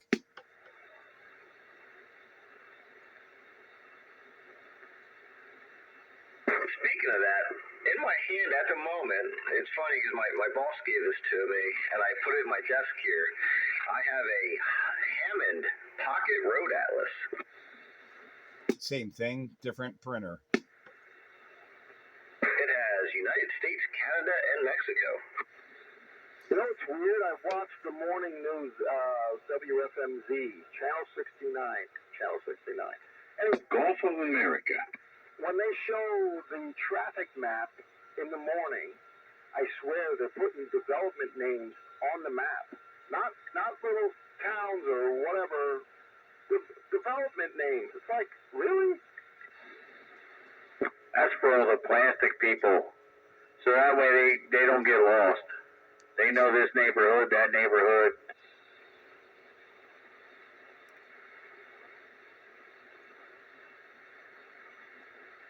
Yeah, because howdy guys. It's like, wow, when did that? I mean, I grew up around here and I never saw half these names. Yeah, I haven't seen that before, but I don't watch broadcast news anyway. But that's a new twist of events. Well, here's an example, and I think you can look at Rand McNally and see it. There is a development close to me called Ancient Oaks. It's on the freaking map. It's on Rand McNally map. And that is not a town. They don't have a mayor. They don't pay special taxes to some other entity and all that other crap. No. I've heard of Ancient Oaks, and that is a town. But that's a town like Fagleysville is a town. There was no one that could tell me where the Fagleysville town hall is, town center, or anything.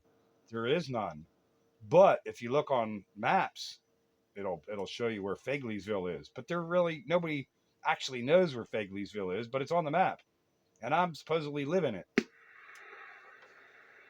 I was going to say, don't you live there? In fact, I think I heard you say that once or twice. You're starting to ring a bell. Yeah, Fagleysville is on the map, but there's no town hall, there's no police department, there's no main street. But it's on the map, and like I'm close enough to it that I could claim it. But if I actually tell anybody that I live in Fagleysville, they're like, where the hell is that? That's why, you know how they have them flyover states? That's one of them pass-through towns. It's a town that isn't a town. Wouldn't they consider that a village or a, well, no, because a town would be a township, right? So you're in a villageship. Yeah, but there's no zip code. There's no one that has a Fagleysville mailing address. Like there's no Fagleysville post office, or no one's mailing address around here says Fagleysville. But there are maps that have Fagleysville. There's a Fagleysville Road. But all our mail goes through the Schwenksville post office. We all have Schwenksville mailing addresses and zip codes. But I am far from the borough of Schwenksville. Good place to laundry money. Yeah, Fagleyville. JR, now you're thinking. I'm going right. That JR, he's sharp as a bowling ball. Yeah, thinking right outside the box. Home run, JR. RBI, I think. It's got an RBI. You pushed Pete past home plate, and yeah, you made it all the way around. That doggone train, though, he's asking for it. I'm wondering who does Joker pay his taxes to? That's what I was wondering. Does he have to pay Jersey taxes? Hey, you guys ever hear of Google Maps? Never. What's a Google map? Can't fold it. It's probably one of those ball earth designs or pear-shaped earth map. I like what Bite Buster said. You can't fold one. You can't. Hey, do you guys ever hear of a place called Placeholder? Placeholder. Yeah, my GPS used to tell me to get on 422 at such and such a going towards Placeholder. I never heard of a Placeholder. Were you on your bike? No, I was in the vehicle, and it always, Tom always used to tell me to get on and go towards Placeholder. I had one of those Toms. I no longer have it. Yeah, mine is somewhere buried. I don't know where it is anymore. It's obsolete. But yeah, I used to say towards Placeholder. It always said it. You know, and it's like, well, and I asked all the guys, you know, where's Placeholder? Where's Placeholder? Anybody know where Placeholder? Nobody knew nothing about a placeholder. That is icing on piece. You on your bike, rolling down Kelly Drive, and you're in first place. You're the placeholder. Hey, Roger, on the placeholder. Hello there, Skyrider. I didn't know you were there. I just came in. Hey, good evening, everybody. That was just my way to call break. How is everybody tonight? It looks like pretty good conversation here. Hello, Skyrider. Yeah, this is Badger. I'm getting ready to go. I got a early start tomorrow. Everybody have a good night. Good night, Night Train. Good night, hey, Night Train. I'm going to get in here real quick. Placeholder, PA, up by Williamsport, Pennsylvania. Is that right? Well, why are you talking about placeholder all the way down here? Be safe, Badger. Hey, did anyone ever hear of Wood Chopperton? No. Where's that at? I don't know, it's on FMZ's map. When I see it in the morning. Oh, is that G-rated? What, Wood Chopperson? Wood Chopperton. Like, you know, you're a wood chopper, but a town, Wood Chopperton. And he says he's seen it every morning? Oh, no. It's not a joke. I'm serious. I thought maybe you guys live down that way. You might have heard of it because I see it on the freaking map. The zip code is 19512 in its Earl Township, Berks County. Yeah, Wood Chopper Town's up there near the dump. So you're familiar, huh? No, I just Googled it. Yeah, I never heard of it before. What are they predicting tomorrow? Shall we all stay home or just what? Yeah, take the day. I think it's only morning. I think by afternoon it's fine. Yeah, but most of us start early in the morning. Company vehicle, and I don't want to crash one up. Who starts early in the morning? Jeez. Most of the people at work. You guys know where the Earlville Elementary is on 73? I try to stay away from elementary schools. Is that where Wood Shopperton is? And then the apple orchard outlet's right there. It's the United States is located 13 miles from Reading and 11 miles from Pottstown. This Berks County, Pennsylvania state location, I have to click on to read more. Trying to tell you where it is. You're the only guy. Everybody is in that area, and no one else has ever heard of it. What the heck? You know where the apple orchard is? The outlet there on 73 going out of Bordertown? Yeah. A little apple orchard stand, make a left there. It's about 2 miles back there up on the hill. Ah, good to know. I didn't know that. About 3 miles. Hey, Rooster. If you keep going, you come out there at the Earlville bar, you know, in Earlville there on 562. Yeah, night train. Why do they call it Happy Valley up there where Rare Bear and them hang out? I don't have a clue. I thought Happy Valley was Penn State. When they get down off the hill, they're happy. Maybe that's what it is, yeah, because they always say we're up on Happy Valley. And how can Happy Valley be up on the hill? Isn't a valley down below? Shouldn't it be Happy Hill? Why did you won't be able to find it then? It was a Happy Valley, Temper. What night train? It was a Happy Valley. Happy Hill. Down there by Jersey. That's right behind my house, about 2 miles. A Happy Meal. Well, you know where I'm at, night train. Yeah. Yeah, it's down there. I would just go straight about 2 miles away. For hamburgers today. Yeah, but Rooster, you was taking me there one day and you couldn't find it. Yeah, I know where it is. Therefore. He was just taking you for a ride. Yeah. Trying to keep it a secret. Yeah, I think it's a secret clandestine location. That's why they say it's a hill. I knocked him out before I took him there.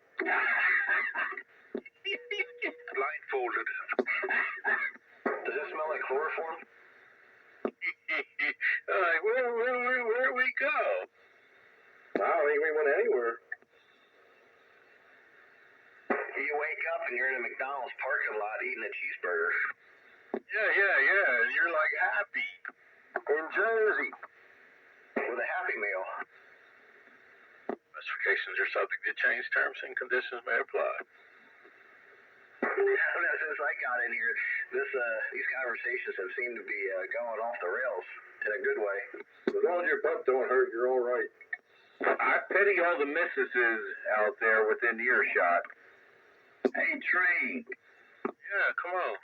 what you running tonight? I'm on my Cornell Dubler.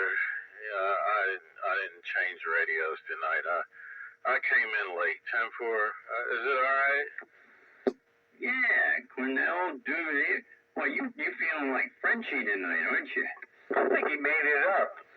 No, he didn't make it up. He just don't know how to say it. It's Dubler. Dubler. Some people say Dublier. Yeah, of course. Of course they say Dublier, and others say Dubler, depending on where you are. Does it come with a great coupon? Oh. Pardon me, sir. Good evening, Channel 13. Good evening. Good evening, Goose. The great Toupon. I don't know. The Courier Dublé. You know what? I'm not even going to go there, but yeah, he sounds fine. As long as it's sounding all right. Yeah, but it's been the same radio that I've been on for the past few days now. Because I didn't have a chance to hook up nothing. Sounds good over here. For a Frenchman. He's like Ferrer Jacques all over. Sound good in my receiver. Get Dublé the power. Dublé used to be the capacitor manufacturer. Cornell Dubler. They did military-grade capacitors, man. You know, for the war and everything. I don't know who it was, but I enjoyed the kind. Nice. Can you Dublé the power? No, Hi, Buster. That was a good comment. Congrats, or how do I say in French? Oui, oui. On, forget it. So just not on a, one of those big ice things that comes down the mountain. Oh my God, my old age is kicking in. Avalanche? Trains over there eating crepes. Yeah. Crepes and caviar and, all the finest cheeses. That would be nice. Snails. Hell. He's got himself a charcuterie board with snails, the finest cheeses, and crepes, and grapes, and Who's around here tonight? probably some good red wine. I hear somebody talk about a charcuterie board on the radio. He said charcuterie. Charcuterie? I don't know, the meat and cheese tray. Well, I hear Rooster and JR. Yeah, that stuff in the plastic tray. It don't need to be on the board. I'm just gonna pick it up with my fingers. You gotta put the toothpicks or the little fancy plastic swords. Joker's talking. Hello, 1, 2, 3. I hear you in there. Hey, hey. Hey, I've been breaking for 20 minutes, but that's okay. I'm down in the hole. I'll be up in a minute. Yeah, but he said charcuterie, like you've got a bunch of critters on there and cheese. Yeah, and then you just eat it. You just eat it. 10-4. Hello there, 1, 2, 3. Train wave. Hey, Tram. Hello, 1, 2, 3. Well, it's like escargot, so. Don't forget the cooties. Where are you at? You're down in a hole. Over there by a hospital. But on that road that goes along 422. Joe. I was in my spot on the back side of the mall there. Nobody heard me. They were all talking around me. Huh. I don't know why. There's a lot of traffic. That's exactly why. What's up, Pete? Hello, Goose. Hello, Stinger. That's right. Spitfire's in there, too. Hey, Spitfire. Countywide. Radio. Yo, Kenny, why did Meatball get a hold of you? No, he did not. Okay. He's been busy, Goose. He's been busy. He might be out tonight. I don't know.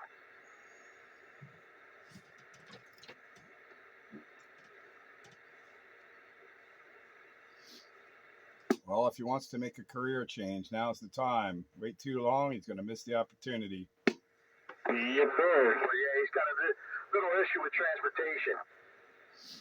Well, you got to have reliable transportation. Yep.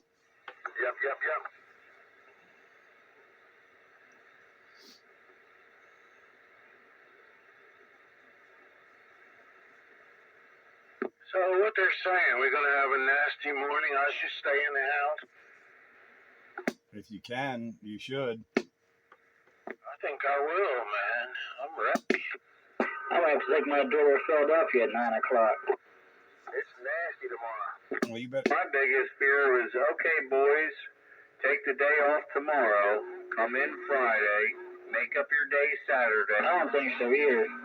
I don't think my truck's going to make it up the hill. Meanwhile, they're calling for snow on Monday and Tuesday. Going somewhere, too, at 9 o'clock, but I don't think that's going to... Maybe we'll just take the week off. I tried Yeah, Princess told me. He don't want to hear it. It's supposed to snow all freaking night, man. Until, like, after... I don't know. I think I'll get a plane ticket to Gulf of America. Hey, don't get on no planes now. Things is happening. Yeah. You don't want to be getting on a plane. Yeah, stay off those planes. And no helicopters either. Hey, JR, you ever take that coax down? The company is involved, but Sikorsky Helicopter, and I'm sure they have more than one satellite. But anyway, that Black Hawk was I guess he's getting a cup of ice. Sikorsky Someone else is talking. contracted one time for Sikorsky Helicopter. And when my buddy went in there wrecking the whole place up, They knew what company was there. They said, "Oh, that's that Victory guy again." Well, I can't take a plane. I can't take a helicopter. I'm gonna flap my wings. Get on one of them drones. Ice skates.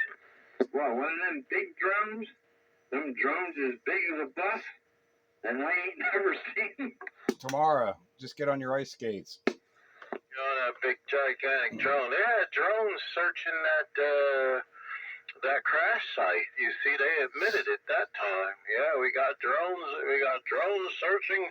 They were searching for debris on roofs and searching for debris in the neighborhood. They were looking for that black box, which is not black. And they had drones on the scene. They admitted it that time. Then they find it in the hole. 8 feet deep. Yep, sir. The red box. Orange. Yeah, it was orange. The medical recorder on there is like a black box, like a Black Hawk might have. So there's conflicting stories there. The black box is orange. Hey, hold on. That was orange. Crash. Hold up. Yeah. Probably red so they could find it. And 4 on the Philly crash. How about that, Bite Buster? How's it come we haven't seen any pictures or video of the Black Hawk coming up? Yeah. Stir the pot. Everybody says there's something suspicious about this whole thing. There must be. Why would you have 2 plane accidents, aviation accidents, within, what, a week? Allah Akbar. That's not the only one, Greenie. They had one coming out from Minneapolis going towards Amsterdam, had to turn around and make an emergency landing.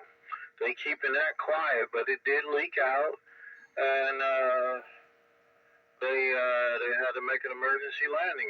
The flaps wasn't working. 2 words. Allah Akbar. Well, this is great because this is the first time I have a year of flying to do, more than I have in a while. So, yeah, they must be keeping that one quiet. And, of course, they would be. Meanwhile, that's the motif of it all. Keep it quiet, keep the population dumbed down and not knowing and all that stuff. But, yeah, I mean, I think today's day and age, people, with the technology and everything, these little bits of information are making their ways around as they should be, and we can't rely, Pete, like you said, you don't watch or prescribe to, local news or maybe not local news, but you know what I'm saying. You can't put it past them, dude. You can't trust them. Dumb down. That's right. I just said, unfortunately, this year, after the last decade, I have a lot of flights to do this year. You have to be careful. You have to carry a parachute with you. Yeah, just drive it. Even if you got to drive your car onto the plane and then drive it through the ocean. I'm just going to carry one of those little, I got a few of them out of the claw machine last year. Those little parachute guys, I'll keep them with me. Get one of them flying squirrel suits and just wear that on board. I got a good chance of doing that. Yeah, with ice skates on. Them flying squirrel suits are cool. When I was younger, I would definitely give that a try. I think you did. You didn't quite make it. Pete, did you see the new one where the guy does the flying carpet instead of the suit? Yeah. That's wild that works. I don't see why it wouldn't. It's crazy that works. Magic carpet ride.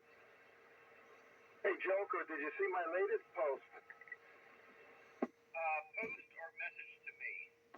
What happened to your audio? Sorry, post or message to me? Oh, it was a post. No, I did not. I'll have to look it up. Well, when you look it up, then you read it out so everybody can hear it, because not everyone can hear me. I can hear you. I hear you. I hear you. I can hear you. A lot of us hear you. How should you talk to friends and relatives who believe in conspiracy theories? Hey, bro, you were right. Sorry about everything.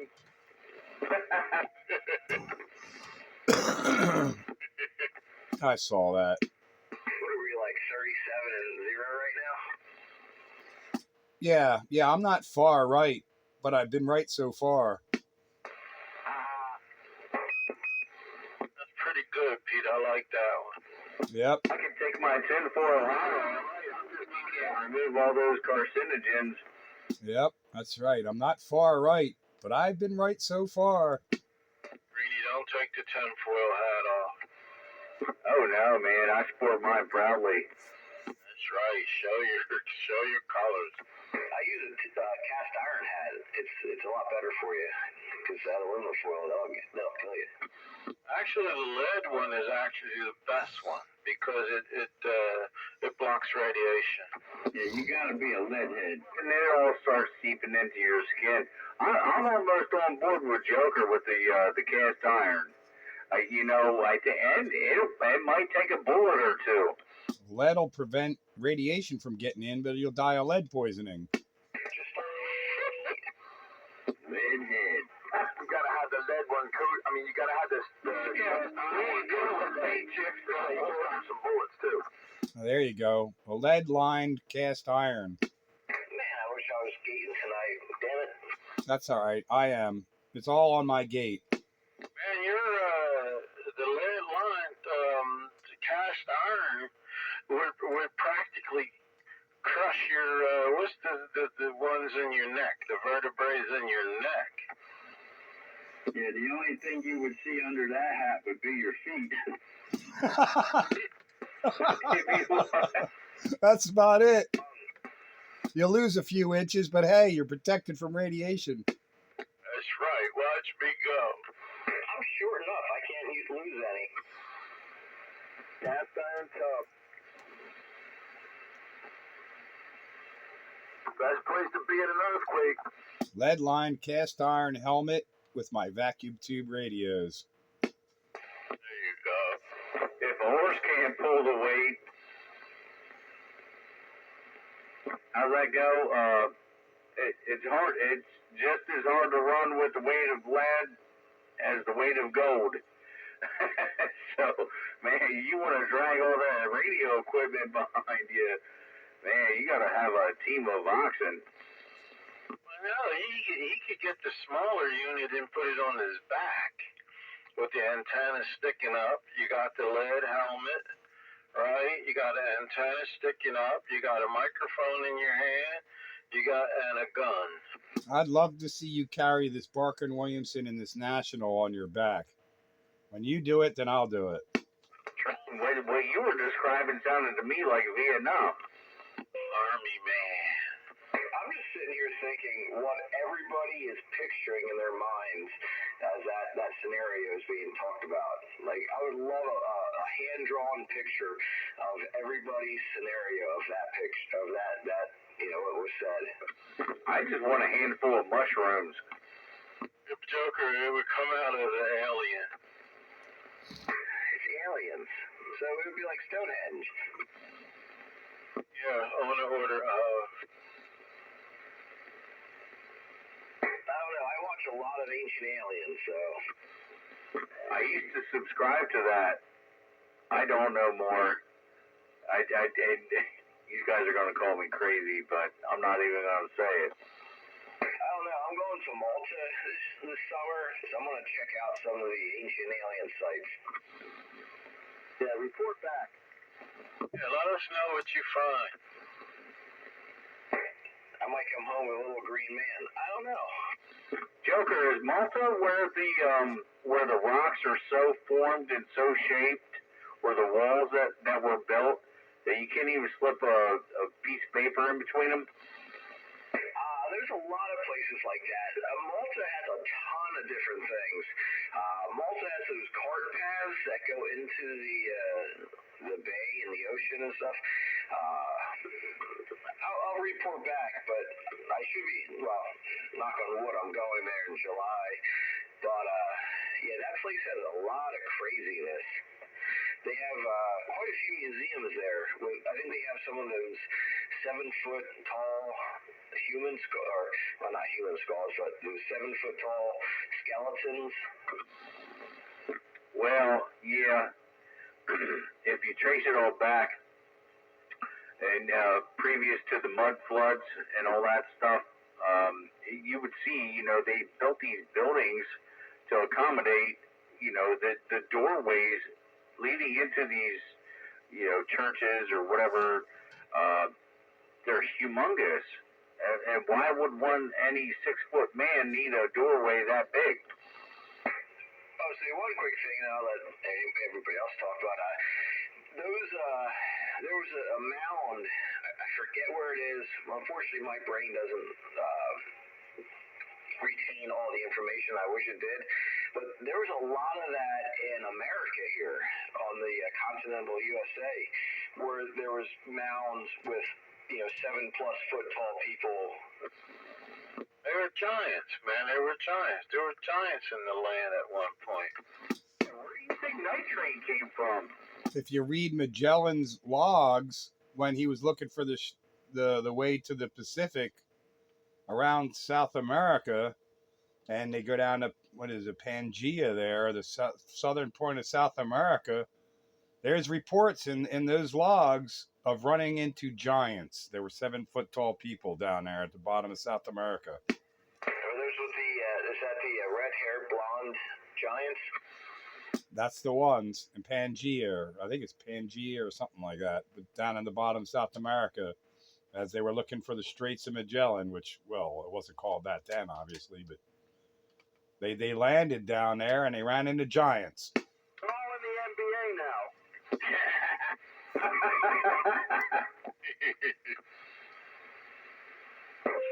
They're doing 3 for 3s? What's that called? They would have to raise the basketball hoop if everybody was 7 feet. It wouldn't be no challenge. Dude, they'd be making full court shots, no problem. I don't know. I'm short. I feel impressed by how high those nets are. Come on now. A dunk would not be a challenge. Easy with that word. Hey, Greenie, I'm not no giant. Yeah, man, well, compared to me, you are. Hey, yeah, I mean, compared to most. What are you, like 6'4", 6'5"? No, you increased my height. He's shorter than I am, and I'm over 6 foot. From a couple years back. Well, he's 10, maybe 15, I don't know. How long has it been since I met you at, was it McDonald's the first time I met you, or Burger King? I don't remember. I don't either, but I remember one transaction we made with a Cobra 29 that was going to somebody, and we met at that, it seems like it was a pizza place somewhere off of Wilson. Didn't you keep that radio? I let it go. I think somebody was buying it. I didn't even know who the buyer was. Okay. No, yeah, doesn't matter to me none at all, but, yeah, 10-4, I vaguely remember that. That was quite some time back. That sounds fishy. Yeah, it was like a drug deal there, Skyrider. That's what I thought was that McDonald's fish sandwich. All I know is I'm too tall for the lollipop guild, but too short for the NBA. Have you tried the Oompa Loompas? Too tall. We discovered a city all underground. Maybe, those people were kind of short. Yeah, just imagine all that weight pushing down on you. Well, to be honest, for the 1800s, I'd be a tall guy. Yeah, I'll tell you what, my wife called me short. What is she, like 7'6"? No, but she's definitely 6.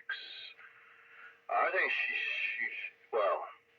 she probably wouldn't want me to tell, but she's taller than me, man. Time to take her stilettos off.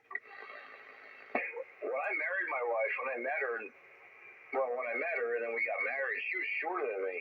But now she's taller than I am. she's younger than I am, so I think I'm at the age where I'm shrinking and she's still growing. Or maybe you need to put them on. Or maybe you need to take her shoes off, put yours back on. Yeah, stilettos don't count towards actual height. No, we're talking barefoot, baby. Phone books. I gotta work on my posture. I'm 75 inches with my shoes and socks off. Hey, Joker, I got a solution for you. Yeah, what's that? Go to the Renaissance Fair and find that torture machine where they grab you by the arms and the ankles and they spin that wheel and stretch you out. Oh, yeah, put them on the rack. Yeah, but then I can be like a normal boy. Or a rubber band, man. There's a song somewhere like that. Stretch Armstrong. Good old Stretch Armstrong. Me and my brothers, we did everything we can because they said, you can't break Stretch Armstrong. Oh, yeah? Challenge accepted. We eventually broke Stretch Armstrong. Yes, you can. Yeah, you can break him. My Stretch Armstrong, part of him ended up on my grandparents' neighbor's garage. Pew devices. Whenever they tell us that you couldn't break something, we accepted the challenge. Yeah, I think that was the You can't break them thing. Yeah, that's right. We have some younger guys here. I was the younger guy for a while, but I guess we have even younger than me. 682, man. The 82 is where it's at.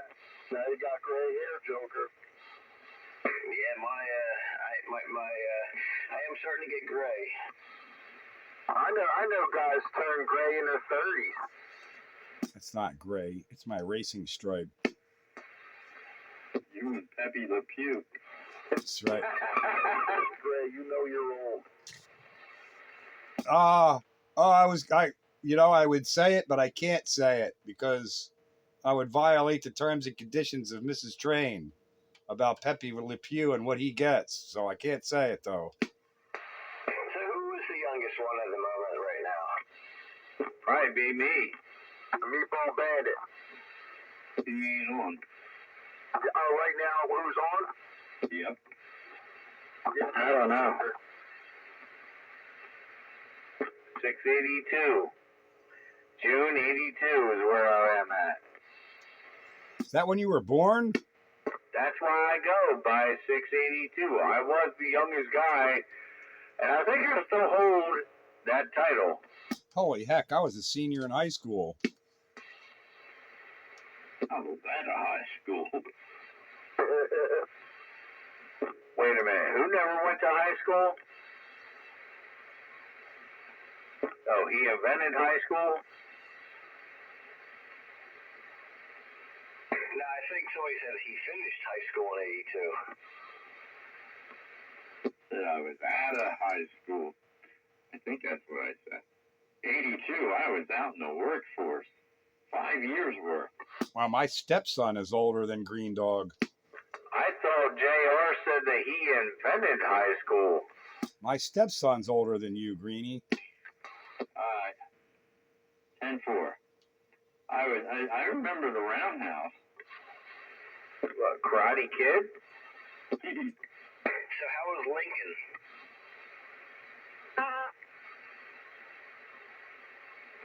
Did you grow up with Keith Richards? Remember the Gettysburg Address? He almost said Express. Yeah, I did. The Gettysburg Express? That was his train. Yeah, how about that? Was Lincoln, though, after he passed, and the way that they paraded him around and kept, like, re-emulsifying his body, isn't that crazy? You guys know the history about that after he died? I don't think he really cared. Oh, sorry. Just trying to keep it cool. No history here. Come on now. How do you re-emulsify something? We're living history. We lived through history. I meant to say they kept re-embalming him just to preserve him as they train tracked his ass across the country. Anyway, sorry I said ass. That is who I am. Sorry you said it, so you said it twice. I had to reiterate. So sorry you said it, you had to say it twice. Again, I had to reiterate. Super duper sorry. You're not on that Double radio. It's my time. Been fun. Great night. Boy, what a hootenanny this was, I'll tell you. Not much radio talk, but it was fun. Anyway, catch you guys all later. Y'all have a good night. Oh, JR, we gone. Bye. Good night, dear old JR. Catch you later, man. Yeah, good night, JR. I'm not far behind you. Was done on the radio. See you later, JR. Have yourself a good night. Until next time. Good night there, JR, and I'm right behind you. I'm going to get out of here myself. The dogs get up early. They need to be fed. Me and my Demco super satellite going that way. But yeah, it's been a hootenanny tonight. Not much radio talk, but a whole lot of radio fun.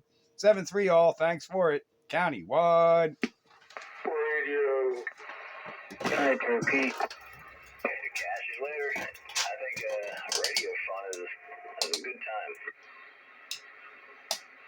Good night, Pete. Next time. Any time on the radio is a fun time and a good time, unless you're pulling out your hair with bad radio setups, SWRs, and all that good stuff. So, 10-4, y'all 73s. If y'all are cashing in, I probably should too. I'll stick around for a minute. I got to run out of the room for one moment, but I'll be back. But yeah, I think anytime there's more than yourself sitting here listening to nothing is a good time on the radio, right?